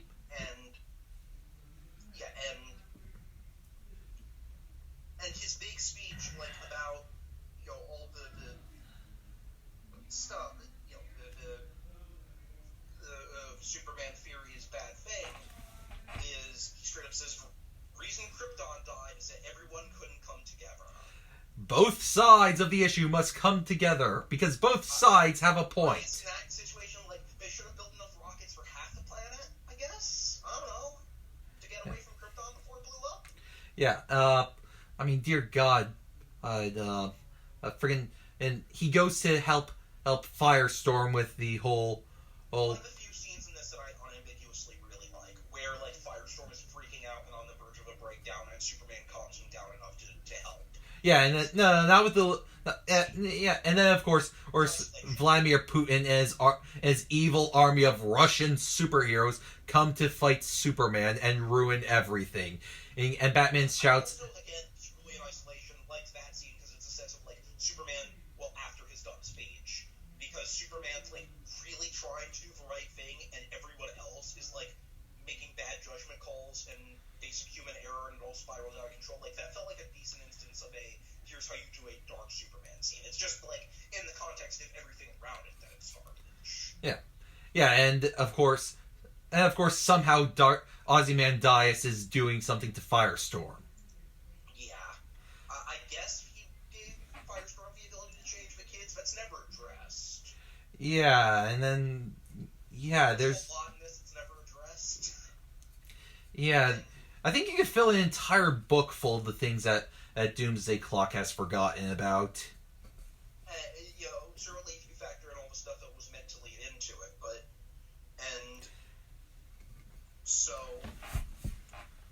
Superman in this is Hope, which again we've already discussed how Hope is like meaningless and generic in the context of this comic, but specifically this is a thing like Geoff Johns already told this story back in Infinite Crisis, which was about characters showing up to complain that DC Comics is too scary and angry these days, and then that the idea that Superman is the center of it all, it doesn't matter that that's vague and undefined because that's like a one-panel gag. Here, it's the central thesis of the comic, and it never elaborates on it. Yeah, like ultimately, Infinite Crisis is just is the story of an old bitter comics fan learning how to love superhero comics again before getting his head smashed in by the younger generation of superhero comics fans. I like Infinite Crisis. I'm sorry. Granted, I haven't read it in a while, but I certainly like it a hell of a lot better than Doomsday. I just I have. I'm not necessarily saying it's a good comic. I'm not. It's very much the kind of comic that has a scene of police brutality where the homeless black man turns into an OMAC and kills the cop. Didn't remember that. Yeah, that's. Yeah, it's. I guess Geoff Johns just has a fucking thing about unexamined thing about police brutality. Yep. So at the end of the story, Superman, like Superboy, and Black Adam's a big bully, and they take him down. And despair isn't a thing anymore. He'll be around forever because DC will own him forever, and that's not only a good thing, but the culmination of all human aspiration. And Superman, the big triumph of Hope is that Superman talks a man into killing himself. Which, okay, now I maybe get why you were saying we were going to bring up All-Star Superman. Yep. Yeah, Superman, which means Dr. Manhattan was totally right in seeing it could only do one of two ways, because Superman does kill him, just not by punching him in the face. Yep. And it's not like he misinterprets what Superman says. Superman straight up says, maybe the only way to save everyone is for you to give up everything. Like, he knows what he's asking him to do. Yep. Geoff Johns doesn't seem to realize that's what he's asking Dr. Manhattan to do. There's a lot of things I don't think Geoff Johns realizes he's doing in this So yeah, no, fuck this comic's conception of Superman and why he matters and why he's a good character. Yeah, it's reading the comic for the first time is kind of one of those deflating things. I think you said on Twitter that you don't want to defend Superman anymore for a while.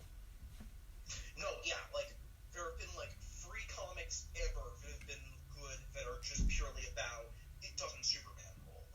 One is most of Tom King's recent Walmart Superman comic, and really only the bookends of that are about just isn't Superman great. There's Joe Keatoning's one-shot Strange Visitor, which opens with Superman teaming up with Batman and Dracula to fight an army of Frankensteins, so you know that shit's good. Mm-hmm. And Superman Beyond by Morrison and Maki. Those 3 comics are it. We don't need any more for the next 20 years that are just about how good All-Star Superman is not just a comic about how good Superman is. All-Star Superman is about more than that. It's about a man coming to terms with the end. It's about a man coming to terms with the things that he has done in his life. Like when he learns that he has 1 year left. Yeah, he only has 1 year left to live. What does he do with that last year? The answer is, of course. Superman's so good at that everyone thinks of it as a comic about how good Superman is. Yeah, Superman Ultimate. Morrison's real good at writing Superman. I was gonna say, unlike Geoff Johns, Geoff Johns used to be good at writing Superman. Like you said, Action Comics was the first good 21st century Superman run. That's not true. Geoff Johns fucking wrote good Superman comics. Yeah, but he was writing it with Richard Donner. Well, or like his Brainiac arc was pretty good. Yeah, like it was fine. And I am not a Richard Donner defender, so I don't know how much credit I give that. Fair enough. I mean, like the only one that I really liked from the Geoff Johns period was the one with the Bizarro World 3-parter. With Eric Powell. Yeah, that is amazing. But and Kurt Busiek stuff at the time, and Joe Casey had. Yeah, but as a collective run as a whole, well, the first really good one was probably Action Comics by Grant Morrison.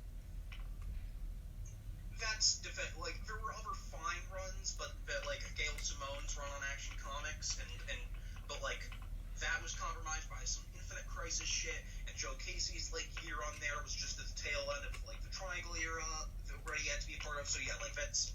And Paul Cornell's was just. Not also compromised in certain ways, but anyway, the point is Superman in this comic sucks real bad, and yeah, I think that mostly covers like the major like characters. So I think all we've really got left is, I'm just gonna run through, if it's cool with you, the stuff in this comic that I actually liked. All right. That we haven't already covered. Can I start with something I like? Yes. I like the panel with Mineral Animal. I'm trying to remember the Mineral Animal. Dinosaur Mineral. Wait, what is the character? Animal Vegetable Mineral Man. Yeah, that panel was amazing and hilarious. That's the best thing that this comic had. Yeah, and that whole page, because it's also like the domestication of Japan's kaiju, when government agents are invading dreams. Oh God. It's been all over the comic. Yeah. Because, like, that's the sort of thing that contrasts Watchmen. Yeah, DC. Yeah, be fucking weird. Yeah, it's this anxiety of being fucking weird. It's simultaneously, we want to go back to being the Silver Age in terms of its innocence, but we don't want to be weird in the way the Silver Age could be. Like, we don't want Bat Baby. We don't want the Justice League is turning into trees. We don't want Superman and having weird relationships with Lana Lang. And Lori Lemaris and Lois and Lyra Laral, and Superman fucking got around in Silver Age. Sally Selwyn. So it's telling that Chris Claremont's ultimate solution to the Superman love triangle is just make them polyamorous. Yeah. That was in the comic where Superman was a Nazi centaur for a hot minute, right? And Wonder Woman was very much a Nazi before Lois Lane replaced her. So, I liked in the first issue a panel with, like, the evils of this world at 4-star hand, because it's, like, at a weird Dutch angle, and some of the panels are, some of the word balloons are cut off. It's a good sense of, like, oh, man, this feels, like, scary and weird and fucked up. Like, that's a good, like, oh, man, the world's about to end moment. I liked the fight at the bar with Mime and Marionette. That was just some good... Except for one thing, what's the comedian at the bar? Oh yeah, that's later. No, the actual comedian, the one who gets at the bar fight where he gets ball thrown at him. He's a real person and a friend of Alan Moore's. Yeah. Which? Right, yeah, that was. Oh, Stuart Lee. Yeah, that part wasn't good. Yeah, Stuart Lee getting glassed at bar is kind of saying something about Alan Moore. Probably. And although the bar fight does also bring to know, John sure loves that he can say shit now and do decapitations and dicks, but he still can't say fuck. Yeah. Okay, for all the dumb shit with Ozymandias in here, I do like that, like, he fakes being remorseful as another step of his plan. Yeah. It feels like a him move. Not that he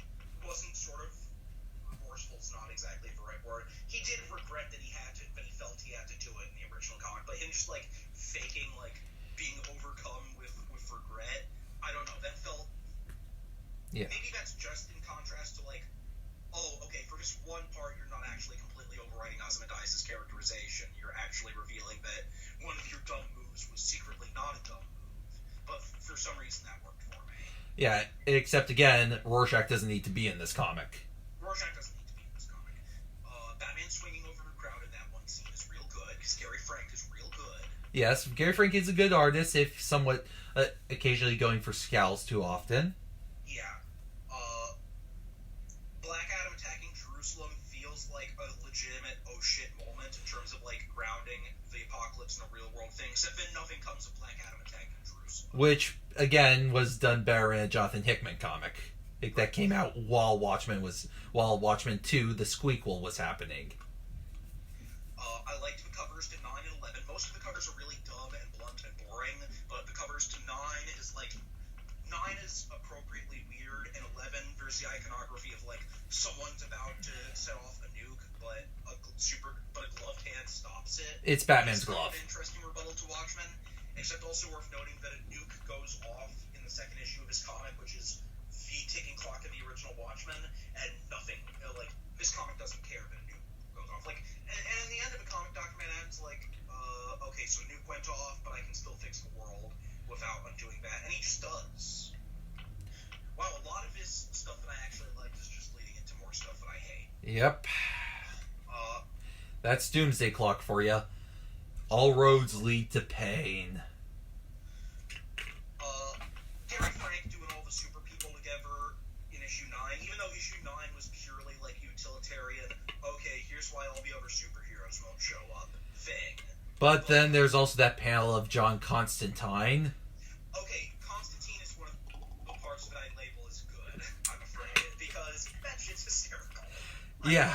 And I feel like Geoff Johns knew what he was doing there. I don't know why he thought to do it, but I think he knew it was ridiculous, and I'm glad he did it anyway. Yeah, and then there's also the whole panel where Guy Gardner is going, we kick the Anti-Monitor's ass, and Darkseid's ass, and all these other villains that don't matter as much as Darkseid. I liked in the fight Dr. Manhattan going like, oh man, physics in this universe are so fucked up. That's cool. I enjoyed it. Like, that's meaningless, but I dug it. There's a lot of good stuff with Lex Luthor in this comic that doesn't matter, but is fun. Like him Lois being like, what am I supposed to tell the world about all this shit you figured out that will destroy it? And he's like, tell them that I figured it out so they'll know how smart I am. Oh. That's a very Lex Luthor thing, too. Oh, and for some reason he was also spying on the ending of Rebirth. Sure, whatever. But my favorite moment in the comic is in the opening of issue 7, where it flashes back to the Alan Scott's Lantern declaring, free time shall I flame green, which it feels like there's a lot of little moments like that in this comic where it flashes back to old comics, and in this very attempted naturalistic story, like, suddenly this old school, like, mythically abstract comics dialogue appears, and it feels like an intrusion from a higher, stranger dimension, and I really like that shit. That's the sort of shit this comic should have been built on. Which is to say, this comic should have been written by Al Ewing. Yes. I'm probably going to end this by asking, like, how you've made this comic good, and how could this comic have been built? Because, goddamn it, you can only do the first meeting between DC Universe and Watchmen once, if for some reason you feel like that's a thing that had to be done, and they could have done interesting stuff with it. Okay. But, anyway, so yeah, that was everything I liked in the comic that I haven't already touched on. Miscellaneous stuff. The quotes are terrible. All the quotes are not very good. Yeah, for Watchmen, at the original Watchmen comic, the quotes it uses were largely contemporary quotes. Like, you had Bob Dylan, you had Elvis Costello, you had friggin' pretty much the oldest, most of the quotes were from roughly around the 21st century. The 20th century. None of the quotes in Doomsday Clock are from the 21st century. They're all from they're all either 20th century or earlier. Or I think the most recent one is friggin' Charlie Chaplin, and also, it frequently uses the let's use only one word of the quote from it, which sometimes worked. Like, I get why action and crisis were both used, because again, those are very much arc words, but it's just it just highlights a lack of. For all that it's very much a political book about the 21st century, it's not interested in the 21st century. It has more care for ideas of the 20th century, which, oddly enough, is Alan Moore's ultimate critique of the superhero. In League of Extraordinary Gentlemen. These are 20th century ideas. Can we have something new already? So, all that, Rorschach thinks Batman lair is weird, even though the Minutemen had a lair exactly like it. Yep.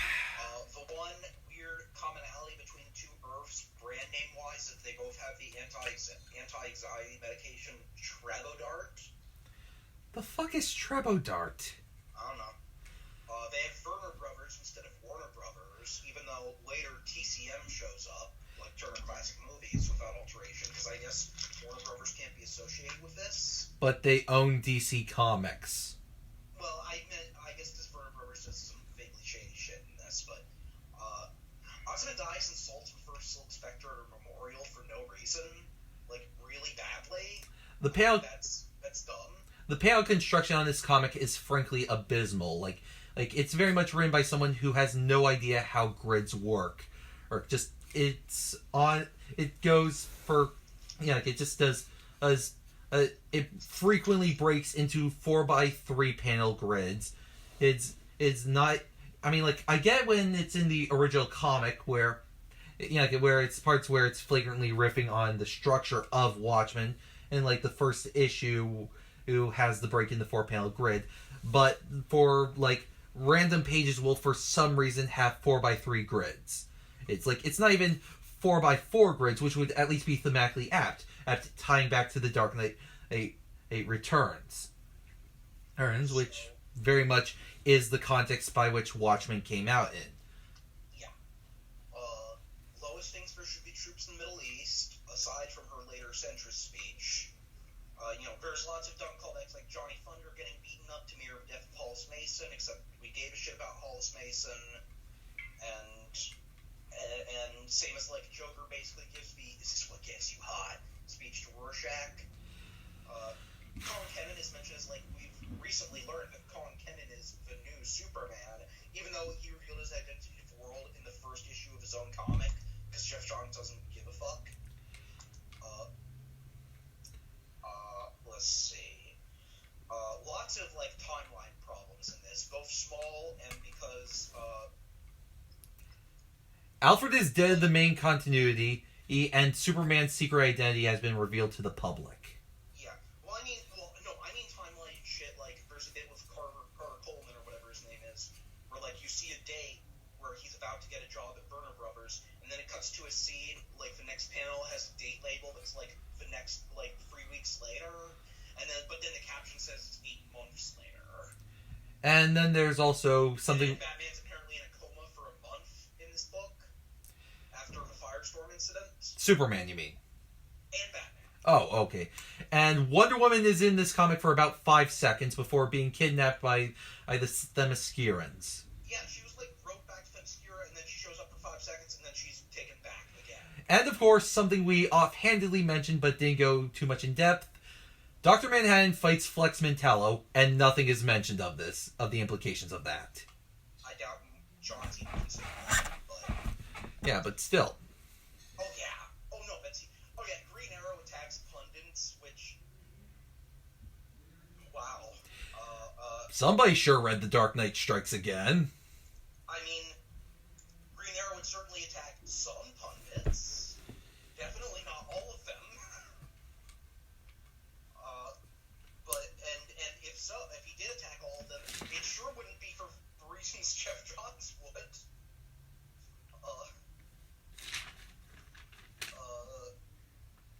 Lex mentions, like, I saved the world from Nibiru. What the fuck is that? Geoff Johns highlights... There's a moment in there where... you might have already brought this up, but Geoff Johns screams that he's very much pro-American interventionism. Wait, who says he's pro-American interventionism? Geoff Johns. There's a moment... Yeah, there's a... Yeah, the Lois Lane bit, I think. Yeah.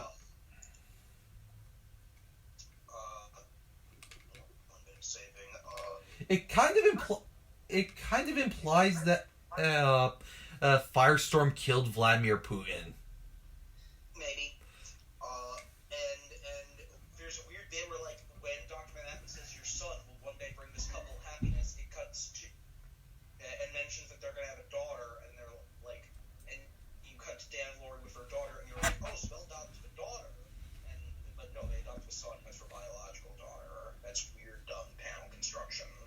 Yeah, speaking of which, the final scene of Doomsday Clock, where Superman of the first issue of Doomsday Clock, where Superman appears for no reason, kind of implies that Superman is secretly Dr. Manhattan, which is a much more interesting comic than Doomsday Clock. Yeah, like the second bit is like Dr. Manhattan is like, oh, he could be anyone. He could even be one of the superheroes, and like clearly it's building up to him secretly, to at least a fake out that he is and always has been Superman. And then the penultimate issue goes, he's Lex Luthor by virtue of this sign that says Luthor pointing directly at Dr. Manhattan, and then nothing comes of it. Yeah, and honestly, I question how much of this is like plans having changed versus Geoff Johns just not being good at his job. I honestly suspect it's a lot more of the latter than the former, which sucks because I used to really like Geoff Johns. I still like some of his older comics. And Lex Luthor is like, Veidt had the right idea, but he didn't take it far enough. And like, does he mean the squid, or does he mean any of his dumb ideas in this comic? Wally West's cameo in this comic justifies all of Heroes in Crisis. On the one hand, I don't think Heroes in Crisis was worth fucking up Wally West, but on the other hand, every point it makes with him in Heroes in Crisis is right on the money. Yeah, because I think the only other character you could theoretically do Heroes in Crisis with is Kyle Rayner, which DC Comics and the CIA would never let happen. And, yeah, I mean, the point of Heroes in Crisis is that, to circle back around, as you've pointed out in the past, DC Rebirth is a relaunch about Hope, where in issue 1 of the Superman book, Superman's kid kills Cat. Yeah, equally, it's also about what the point of no return is. Can people truly, is there a point where you can't stop, where you have to be the villain of the story? And the answer is very much no. You can always come back. You can always be a better person. And it's, again, the first couple of issues are extremely meandering, but once it realizes, oh hey, Wally West is the most interesting character here, it suddenly becomes amazing. Yeah, and again, I don't know that it's worth fucking up Wally West, but like all the Wally West and stuff in there is good. Yeah, it's very much, again. Let's go ahead and say maybe it was worth it, because it's not like anyone else was fucking doing anything with Wally West. Yeah, I mean, like freaking what? The alternative is just let Scott Lobdell fix Wally West is a fucking awful sentence. But we're getting that anyway. And of course, let's do Wally West as let's bring back the Wally West as a white guy. When we have a perfectly good black Wally West. Cousin Wally West. Yeah, her cousin Wally West. My final miscellaneous note before really delving into whatever's left of the big shit. Is Firestorm here for any reason other than he's nuclear?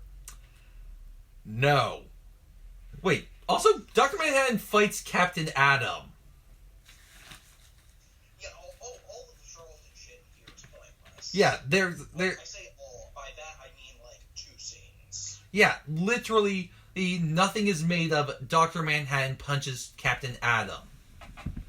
And speaking of Firestorm, also, fucking Posar is a central figure in here. He's probably the closest this book has to an unambiguous main villain, other than Black Adam.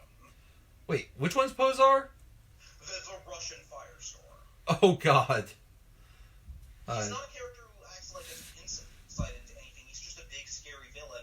They even note, like, I thought I was killed in a nuclear reactor, but I reconstituted later, and it does not Yeah, the This sequel to Watchmen that delves into the DC universe has fucking Posar as a major antagonistic force. I don't even know who Posar is. Also, his name sounds like Poser, so that's kind of funny. Yeah. In the context of this comic. Alright. So, okay, I guess I forgot. I did have another layer of, like, items of slightly more note. Oh yeah, why is the big double-page splash of a big superhero war at the end all no-hopers, which destroys the impact of that image? the one with the Justice Society and the Legion of Superheroes? No, that Justice Society and Legion. I mean the earlier one, where it's like the Ultramarines and all the international heroes fighting in Washington. Because money? Well, because he shunted off all the superheroes everyone cares about to Mars. Except why did he do that if that, like... Which also, like, the whole issue 9 fight makes all the superheroes seem like ineffectual, interchangeable doofuses, which sort of contradicts the ending thesis that they matter. Which they don't. Everyone in this comic other than Superman is useless or an asshole, according to this comic. Or both! Oh no, Superman's a useless asshole in here too, but the comic doesn't realize that. But it absolutely thinks everyone else is a useless asshole. So why do they matter? Because Geoff Johns wants to justify buying 9 decades worth of DC Comics. Right. And Superman going into the public domain would ultimately nullify any justification he could ever have for buying DC Comics for the past couple of decades. For some reason. Okay, and I guess the final two notes before heading into, like, big, overarching, concluding thoughts. The whole of the story on both ends stems from uncovered lies, but that has nothing to do with the themes of the book. Yeah, I'm just trying to think of what... And publication note, I mean, obviously we'll talk about how long this comic took to come out in terms of you know, a better sequel, multiple better sequels to Watchmen came out in the midst of it because it took so long, but also, clearly the original plan was that the first few issues of this were going to come out during Dark Knight's Metal, because that was going to be the big attention grabber, while this sort of did earlier, quieter issues. And then it was going to ramp up and then conclude as Heroes in Crisis was starting up. But instead, this, like, overlapped both of them, and it all fell apart. Which might also be the reason why the Batman Catwoman has somewhat been delayed, so that way they don't deal with the whole there's literally half a year in between issues. Yeah, Clayman I understand, because, like, lots of Heroes in Crisis had to be filler, fill-in artists, even though, you know, it was a monthly book, which, I mean, like, when your fill-in artists are, like, Mitch Gerads and Travis Moore, that's not that crushing, but... Yeah. Okay, so, final notes. This comic sucks. Yeah, comic sucks. Geoff Johns doesn't understand Watchmen. I hate its vision of the future. I hate it so much.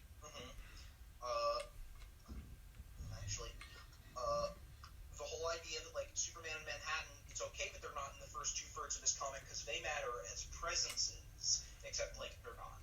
They're not even presence. And they're chasing, and Superman's just the guy in the background where people go, well, at least Superman's good.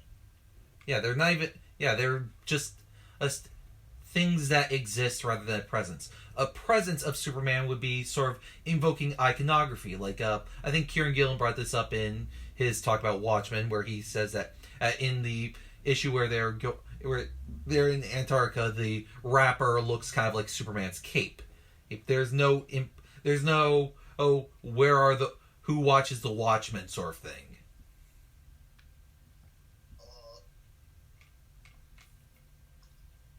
How does Manhattan fixing continuity matter to, like, Hope, other than just, or specifically Superman saying, like, Superman reminds him of his humanity by reminding him of his old girlfriend that he left for a 16-year-old, and then he's like, you have to sacrifice yourself. Why does that specifically prompt Manhattan to, like, recreate history? What does that have to do with what Superman told him to do?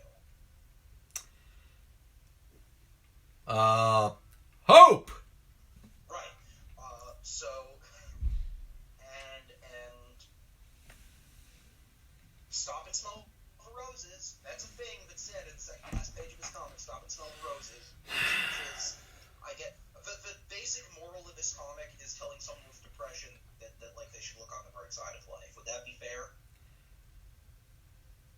No.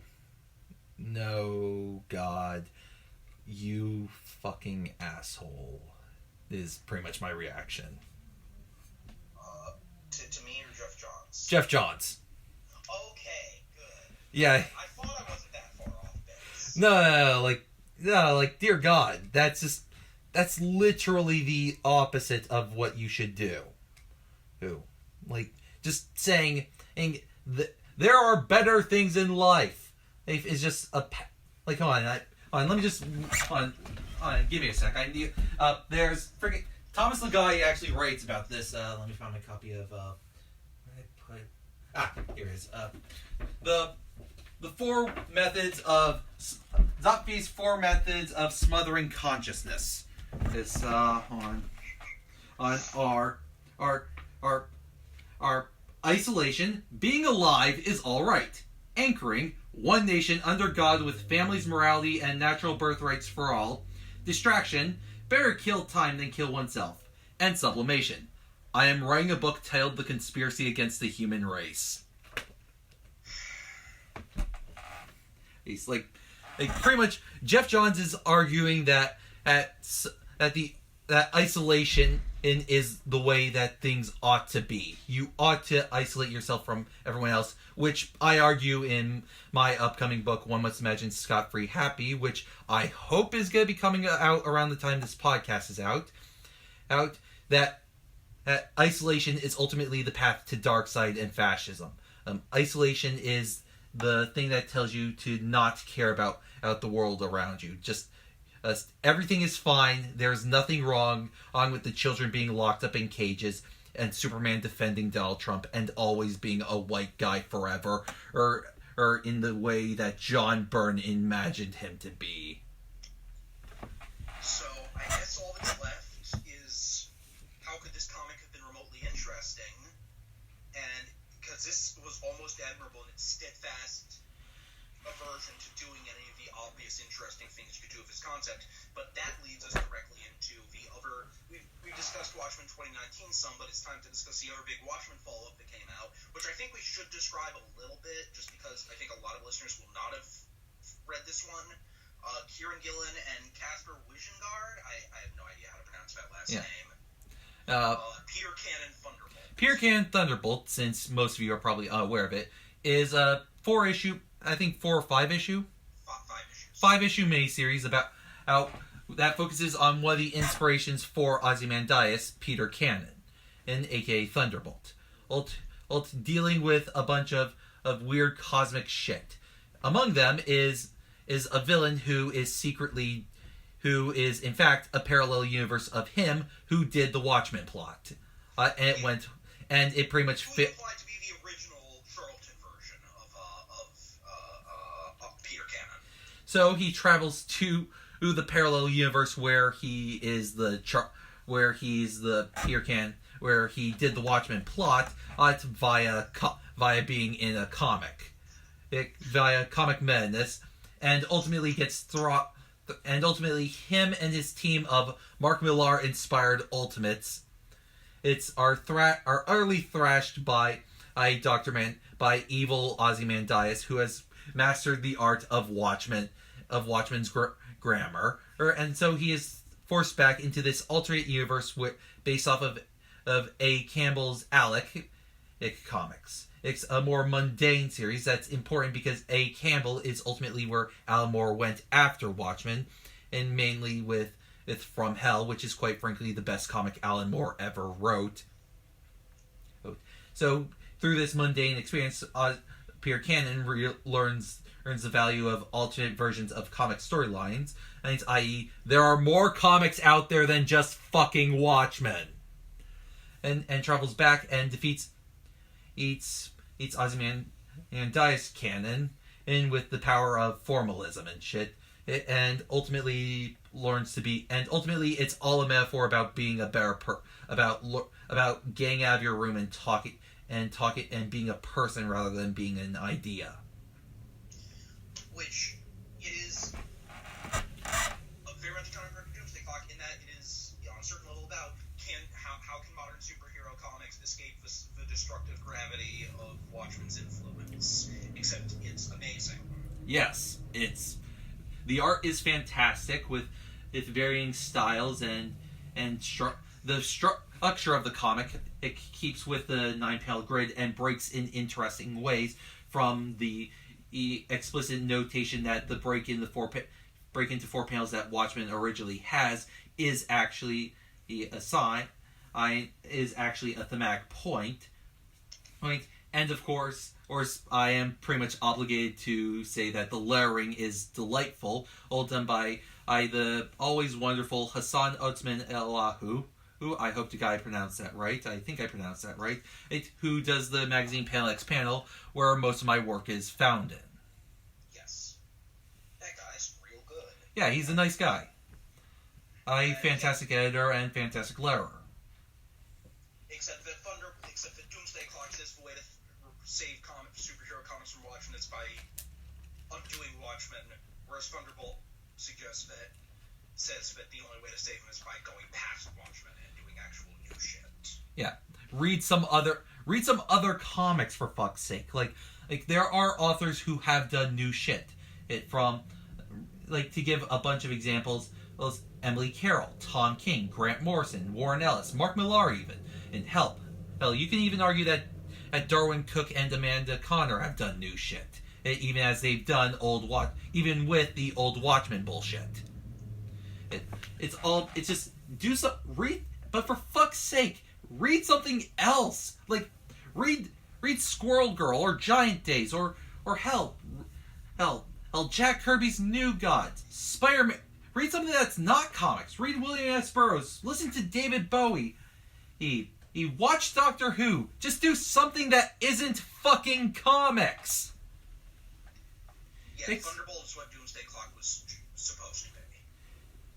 And ultimately wasn't, because Kieran Gillen, for all his delightful punning stories about sad, broken people trying to be better, is at heart a literary critic who has written criticism about Watchmen in the past. It's very good criticism, and as such he is aware of what Watchmen is doing, what Watchmen is about. If you're going to do a sequel to Watchmen that critiques Watchmen, you have to understand the critique of Watchmen. Geoff Johns does not understand Watchmen as anything other than it killed Barry Allen, I guess, and it killed the Justice Society, and it killed the Legion of Superheroes, and killed all his favorite things, except that apparently, my understanding is that Watchmen directed Lament took the most acclaimed run on Legion of Superheroes, but I haven't read it, so I'm not one to talk. Wait, Lindelof did Legion of Superheroes? No, the Giffen thing. I understand, Post-Crisis Legion was very Watchmen-inspired. Oh, okay. Yeah. I mean, I know that JLI was very Watchmen-inspired. I mean, Maxwell Lord's initial characterization is essentially Ozymandias. Yeah, plenty of good shit came out of Watchmen, but it did different shit. It wasn't just more Watchmen. Yeah, Grant Morrison, for all that he is very much a reaction to Watchmen, isn't just doing Watchmen. It isn't just saying Watchmen bad. It's also taking the lessons learned from Watchmen and doing new things with them. Omega Men's a 9-panel grid comic that ends with a quote at the end of every issue, but that shit isn't Watchmen 2. Yeah, it's very much. It isn't pretending to be. Hell, Pax Americana isn't Watchmen 2. That's not even a remake of Watchmen. It exists in reference to Watchmen, but it has shit to say that's about more than just Watchmen. Yeah, it's about how superheroes have been co-opted by the military-industrial complex for their own ends, and like all things and when found useless by the military-industrial complex, will be tossed aside in favor of something that will strengthen their power. So, Doomsday Clock is for any way that the basic narrative of Superman and Batman being the Watchmen characters could have been interesting, you think?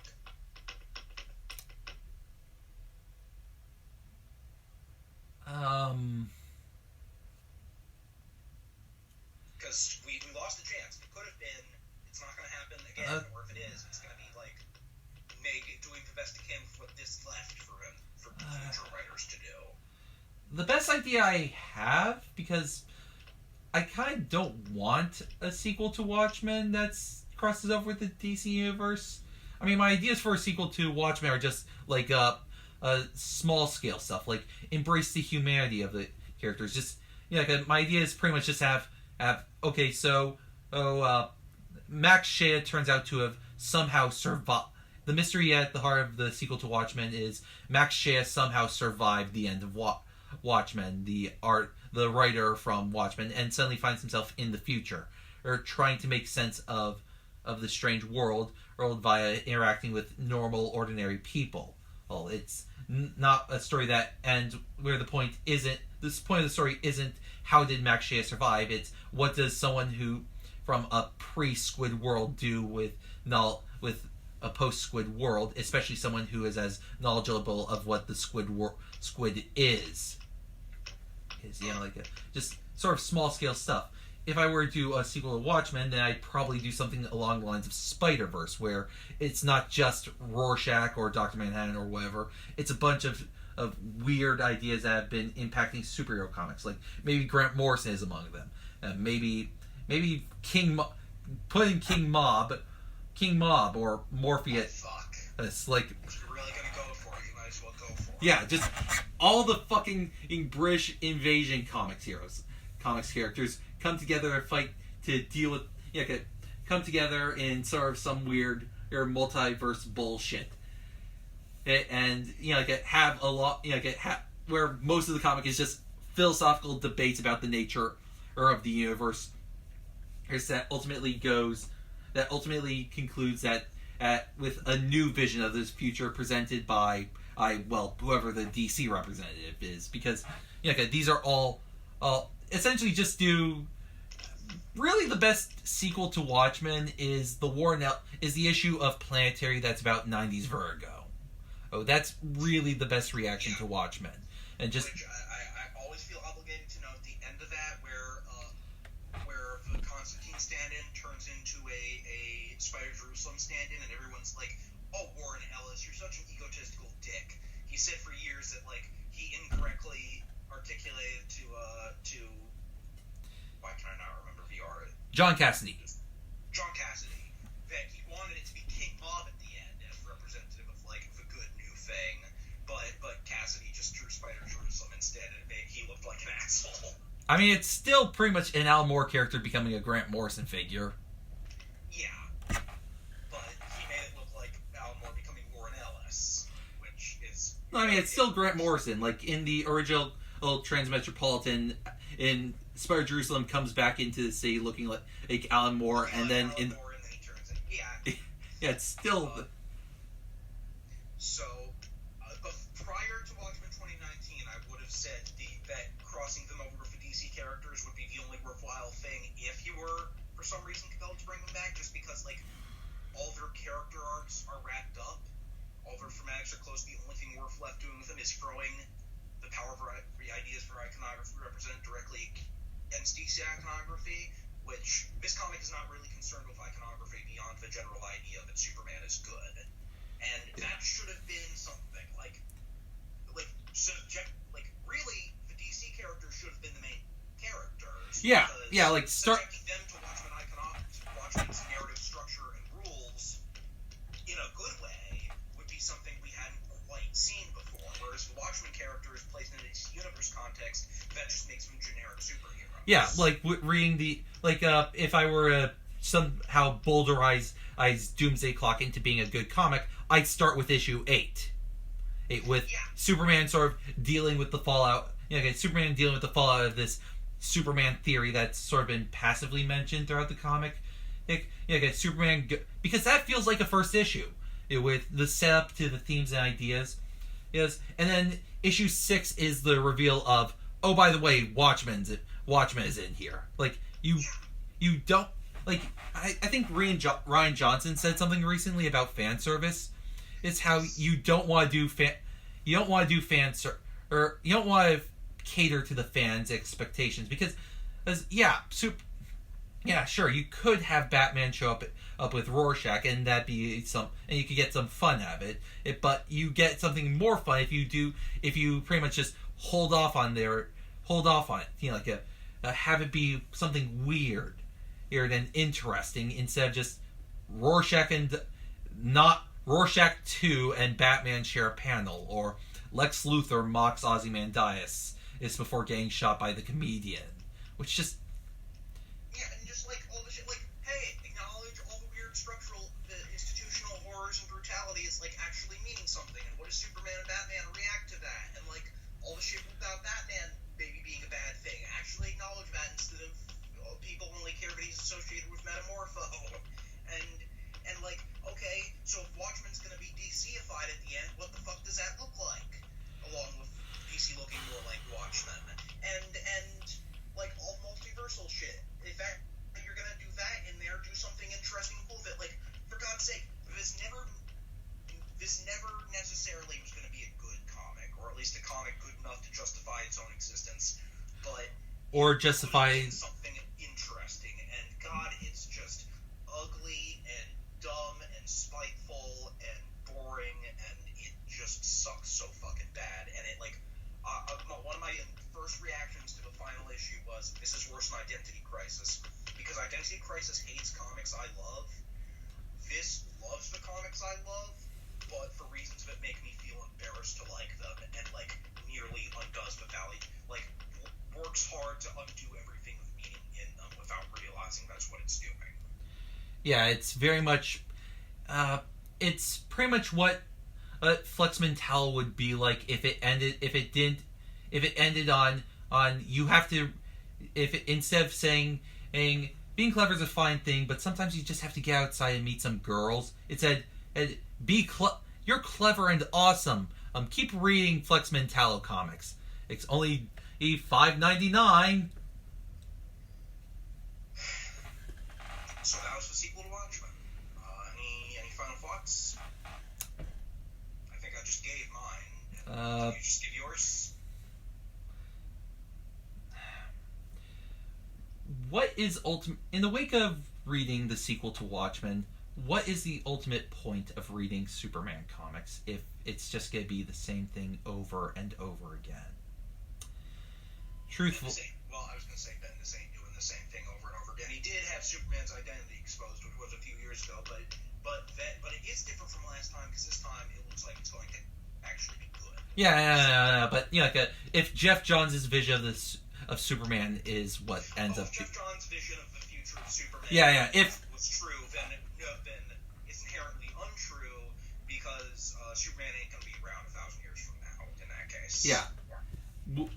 What is the point of reading corporate comics in the wake of this is how they want us to see corporate comics, as a shining beacon of unchanging normality?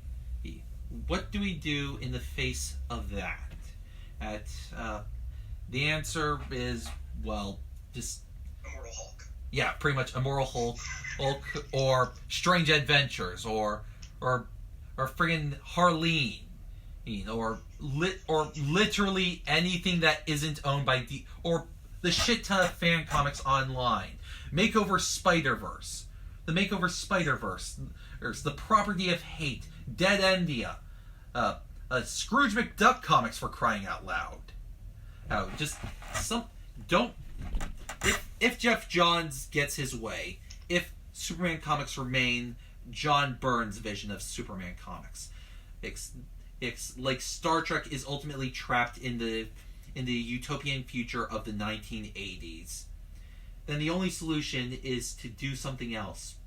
Come in out of the rain and read, and just come in out of the rain, get out of your basement, and talk to some fucking someone other than nerds on the internet about stupid comics, and read some good stuff.